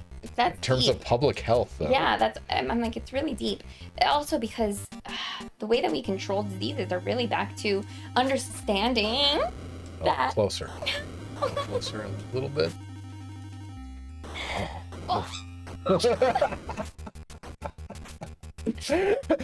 You're doing great. All right, jump rocket. Tap B. Ooh, that was very close. A little later on A. Die. Be patient. Be patient. Run right. Get some distance. B. I'm putting Space the remote A. control on B the table. Space. Okay, turn back. B. A little later. Ooh, that was a close one. All right, run away. Do it again. A little bit delayed. Secret agents. I'm not sure I realized those were tongues. I mean, it's important to know. Isn't it weird? Of the things you would learn on Ask a Scientist Gaming, it's that NARC, final bad guy, shoots tongues out of his mouth and they hurt you. All right, a little later on A. Oh, that was close. Gentler on the A tap. That timing was perfect. It was just a little too long.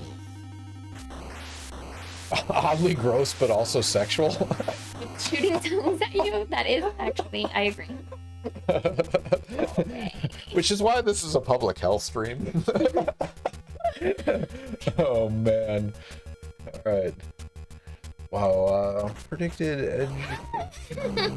Die. Oh wow, we didn't pick our outcome for what has the larger impact on public health. Oh, did we never talk D, about what is the answer? Laws or education? laws? Wow, congratulations to those of you that got laws. You got a 2.8 to 1 payout. Congratulations. Was that the majority? Yeah. I'm so in terms proud of the, everybody. Actually, no, it wasn't. Oh, I'm like, It I'm was so 3 to 1, and it was volume was higher for education. All right, rockets to the face. All right, so get some distance. Now you don't have to jump anymore in the rest of this game. All right, shoot, turn around, shoot rockets. No more jumping. Hey. There you go. All right, run away. Oh, run away. Between these two black lines. Okay. So go down. Now you're gonna hold A because it's gonna be bullets. So turn around. He's gonna dip his head, and you're gonna shoot those vertebrae and move up and down a little bit. All right, run the other way. Get some distance. GH. Flying tongues would be a massive public health concern. Totally. All right. Absolutely. I would be freaked out by that entire epidemic. Yep, move up and down. That's perfect. Run away. Do it again. If anyone has suggestions on people we should raid, feel free to throw those in chat right now. We love to raid education-related streamers. If there's someone mildly education or someone you're just interested in, throw those in chat. We're happy to visit them as well. All right. Yeah, these last ones are hard, but you're doing great. I feel like I have not even really talked about my level of what I actually teach people, right? So one of the things I teach students is a lot about when I talk about public health and then I'm talking about insurance, why are they connected, right? So part of public health is being rooted in these 5 disciplines, which is biostatistics. Go right, keep going. Keep going. Can't celebrate. No, you can rant after this. It's fine. All right. Epidemiology. All right. One more level. Civil forfeiture level. We're right. Health policy. We're hitting the goal. Health behavior. Woo! You did it. You just got to hit that door and then you're done. I'm done? Yep. But a lot of students are always asking me, why do I teach them about health insurance? And why do I teach them about the systems that function for health insurance? It's because a lot of our... Yay! A lot of our systems in the United States are not on these social services, right? And so we don't have some of the stuff that might be in the UK. Is this submit? Yeah, this is just put your initials in there. Do I hit N? Nice. No, that's perfect. Grooves, SP, which one? End. End. End, yep. Yeah. All right. You did it. But, understanding health insurance and access to care is one of the primary ways in which we get healthcare services in the United States. And so it can lock you into your job because you don't want to lose insurance from your job. But it really can also change the way that you interact with the healthcare system in general, because that's our primary prevention is going to a doctor.